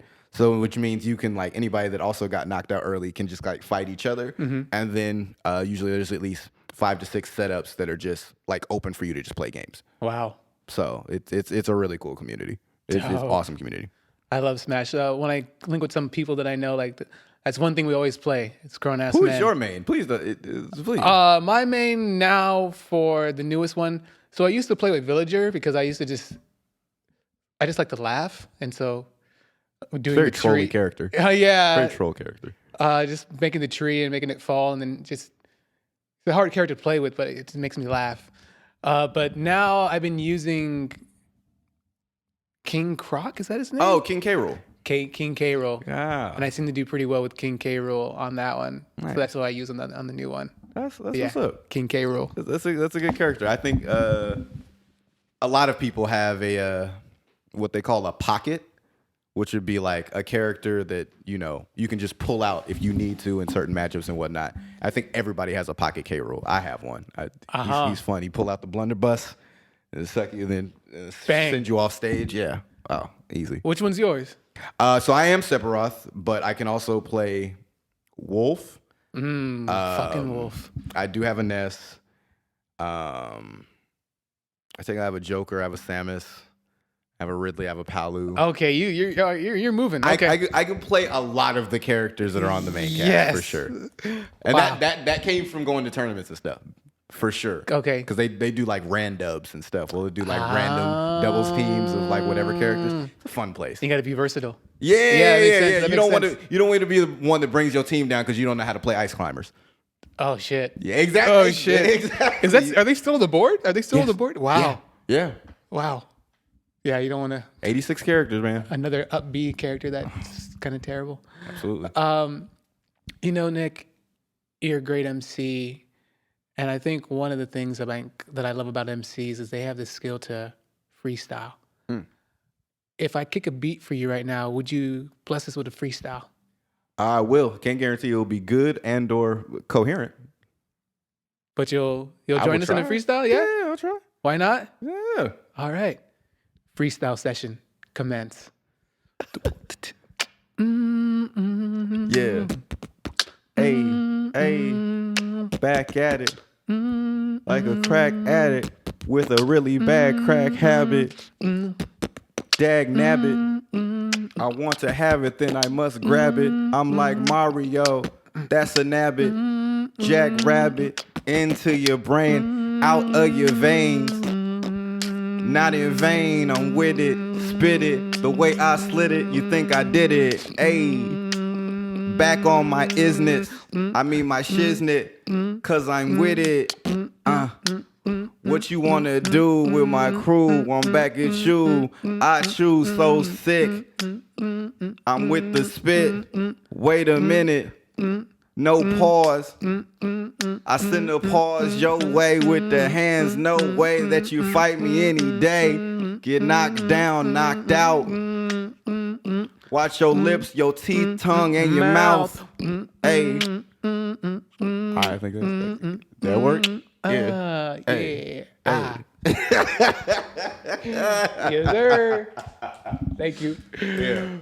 Yeah. Thank you, Nicholas. Thank you. Thank you for having me freestyle on top. Hey, that was fun. Hey, we love it. We love it. I like to test people on their MC skills and their freestyle stuff. Every once in a while. Yeah. Everyone's always thrown off by it too. Every time I bring it up, everyone's like, "What?" Even Cam was like, "Nah, I don't want to do it." What? Oh, Cam Gnarly? Yeah. That's crazy because he's a good ass freestyler. Yeah, he was like, "I don't want to do it," and then I was like, "Well, Amanda J did it," and he's like, "Oh shit." He's like, "Oh shit, if Amanda did it, I gotta do it." Yeah, it's not like in no way can you not do it. I think if you do jump people with freestyles, low key, you have to have a classic beat. I didn't expect you to beatbox. I did not know that was the case, but that's hard. That's hard. It's hard and difficult because I was like, okay, what tempo is it gonna choose? Yeah, I try to keep it. It was generous. That was like a 92, 95. You feel me? BPM. Yeah. I can work with that. Yeah, I can work with it. Yeah, unless you want that, but I try to keep it neutral for like everybody. No, we figured it out. We figured it out. We handled that. Yeah. I was gonna say, if I kick a beat. Oh yeah. Most people are not used to the beatbox anymore. Like it's that, and that's like traditional. Yeah. That's roots. Yeah. Roots of hip hop. Yeah. Yeah, it was dope. It was dope. Yeah. Thank you for sharing, man. It really touches my heart when I get to kick a beat, get into the cypher type of thing like that. Word. You know what I mean? Word. And it seems to bring everybody back too. Every time I do it, no one ever expects it to be a beatbox, and And then I think it always seems to bring everybody back who's existed in that era. For You sure. know, they're like, oh man. Yeah, I mean, can you remember one of the first times you were just like chilling and you're just like, oh man, we about to kick off a freestyle session? Yeah. I used to, in high school, I used to like run around like kind of like trying to get it started, like hoping, like begging, like, hey man, Yeah, you rap? I'm trying to. You know? No, it's low key. You'll fiend for it after a while because it's like it's fun once it gets started, and it's like you get like a couple of people just like Yes. going at it. Like it is fun as hell. Yes. And somebody like, listen, leave me. I don't want to do it today. Okay, that's fine. You know what's surprising? We should see this from more recent artists since they're like punch artists. Like they'll get into a studio session, put on an instrumental, and just punch lines in. A lot of them are just freestyling these songs. Okay. So to see them over just a beat, I mean, it would have to be like a little Uzi Vert beat. But I think a lot of these artists, based on how they record music, they might be better freestyles than they think. Okay. Yeah. Interesting. Got to put it to the test. Definitely. I actually have a concept, but I can't share it right now, unfortunately. But That's fair. it's I think it's groundbreaking personally in the hip hop Word? world. Yeah. Do we get it on this platform?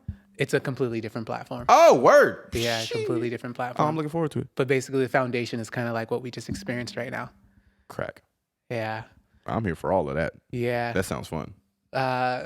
A little hint, and this will be the first time here. I guess you can consider thinking about what we just did right now, but a mixture of it being like a game show.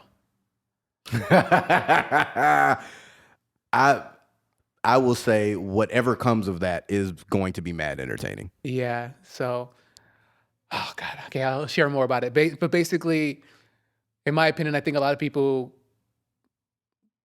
claim to be rappers, but I like to test MCs and rappers by their ability to freestyle. And so by important. doing this game show concept that I have, it actually exposes basically people how good you are, how good you aren't. On the spot. Basically. And it's neither good or bad, but you have to be prepared. And I think even you say it on one of your rhymes, you have to, in order to succeed, you have to fail. Yeah. Yeah. So you have to be willing to kind of be exposed if you're not that good, or be able to stand up to some of the challenges that are in the game per se. But it'll also make you better and, also be fun and entertaining at the same time. So I wait eagerly. That sounds like a lot of fun. Yeah. For sure. I just need to know more MCs more and connect more and be able to put this out because it takes them to be a part of it and to do it. But I think I'm starting to get more and more coming across more and more people to see who would be. I know I for sure can get Tangent. I think he'll be interested. I think you might be interested in being on it. I might. Yeah. I might have to pull up. Yeah. Get Cam on. And so, that's a little taste of right now, what it is. Nicklaus, I want to thank you so much for being on The Empire. Can you please tell us some of the current projects that you're working on? Absolutely. Yeah. So A4E is out right now on all DSPs, digital streaming platforms. Go get it. Spotify, YouTube, Apple Music, Amazon Music, all of the above. There will also be a 2-pack dropping October 29th. Me and Nabien, it's literally called, here go 2 more for y'all. It's like the LeBron meme. That'll be dropping the 29th. Look forward to that. And as well, I got some stuff cooking with Oh Gosh Leotis. We have a whole project together. Me and Real Name James as Bad Monarch. We have a whole ass project that can be dropped. And I'm working on a new project whenever I am finished with the work that I'm doing with Lone Lobos podcast. Shout out Cholo over there and Jacob and JMKM. Feel me, Miss Monica. Whenever I finish that up, we'll start putting out some more music. But follow me on all the stuff, all the places. Nicklaus Gray, NICKLAUSGRAY. Say hi, listen to my music, get some art. I don't know, but I'll be around. Hey. I'll be around. I'm always cooking, always creating. Nice. Nicklaus Gray, aka Dorian. I can't wait till we Like the scale. Yeah. It's a good ass scale. Good ass scale for trap music. Minor. And what's something that you're willing to share about you that not many people know about you?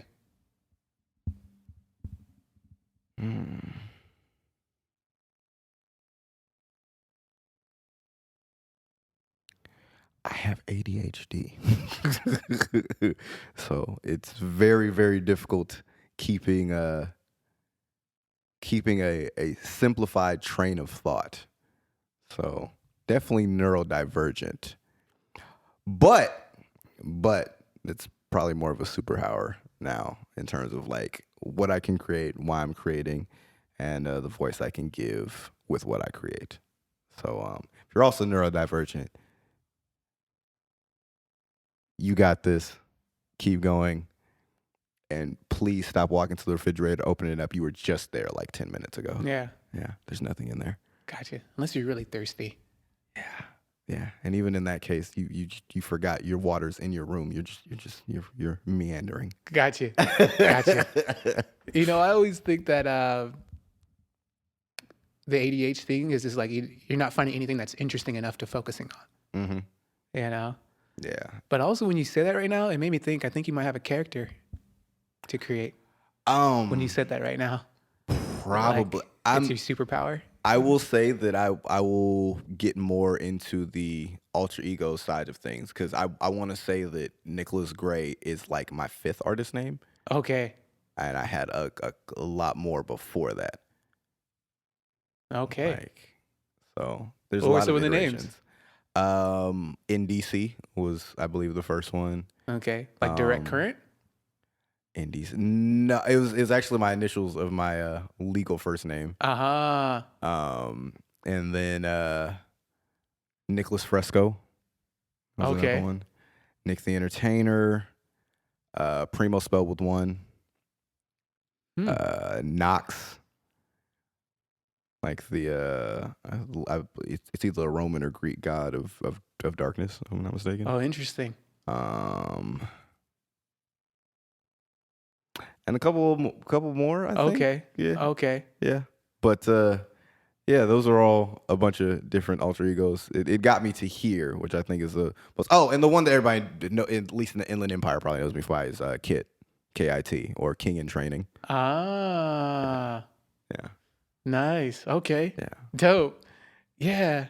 When you for some reason, because I know you're talking about working on anime and characters, and I was just like, man, he's like, my ADHD was a weakness, but now it's my superpower. And I was like, man, that'd be cool for one of the characters in the anime. Look, that's what I was thinking. Man. I'm not gonna say much. I can't say much there, but you might know some things about knowing some stuff about some things. Hey, shh, mum's the word.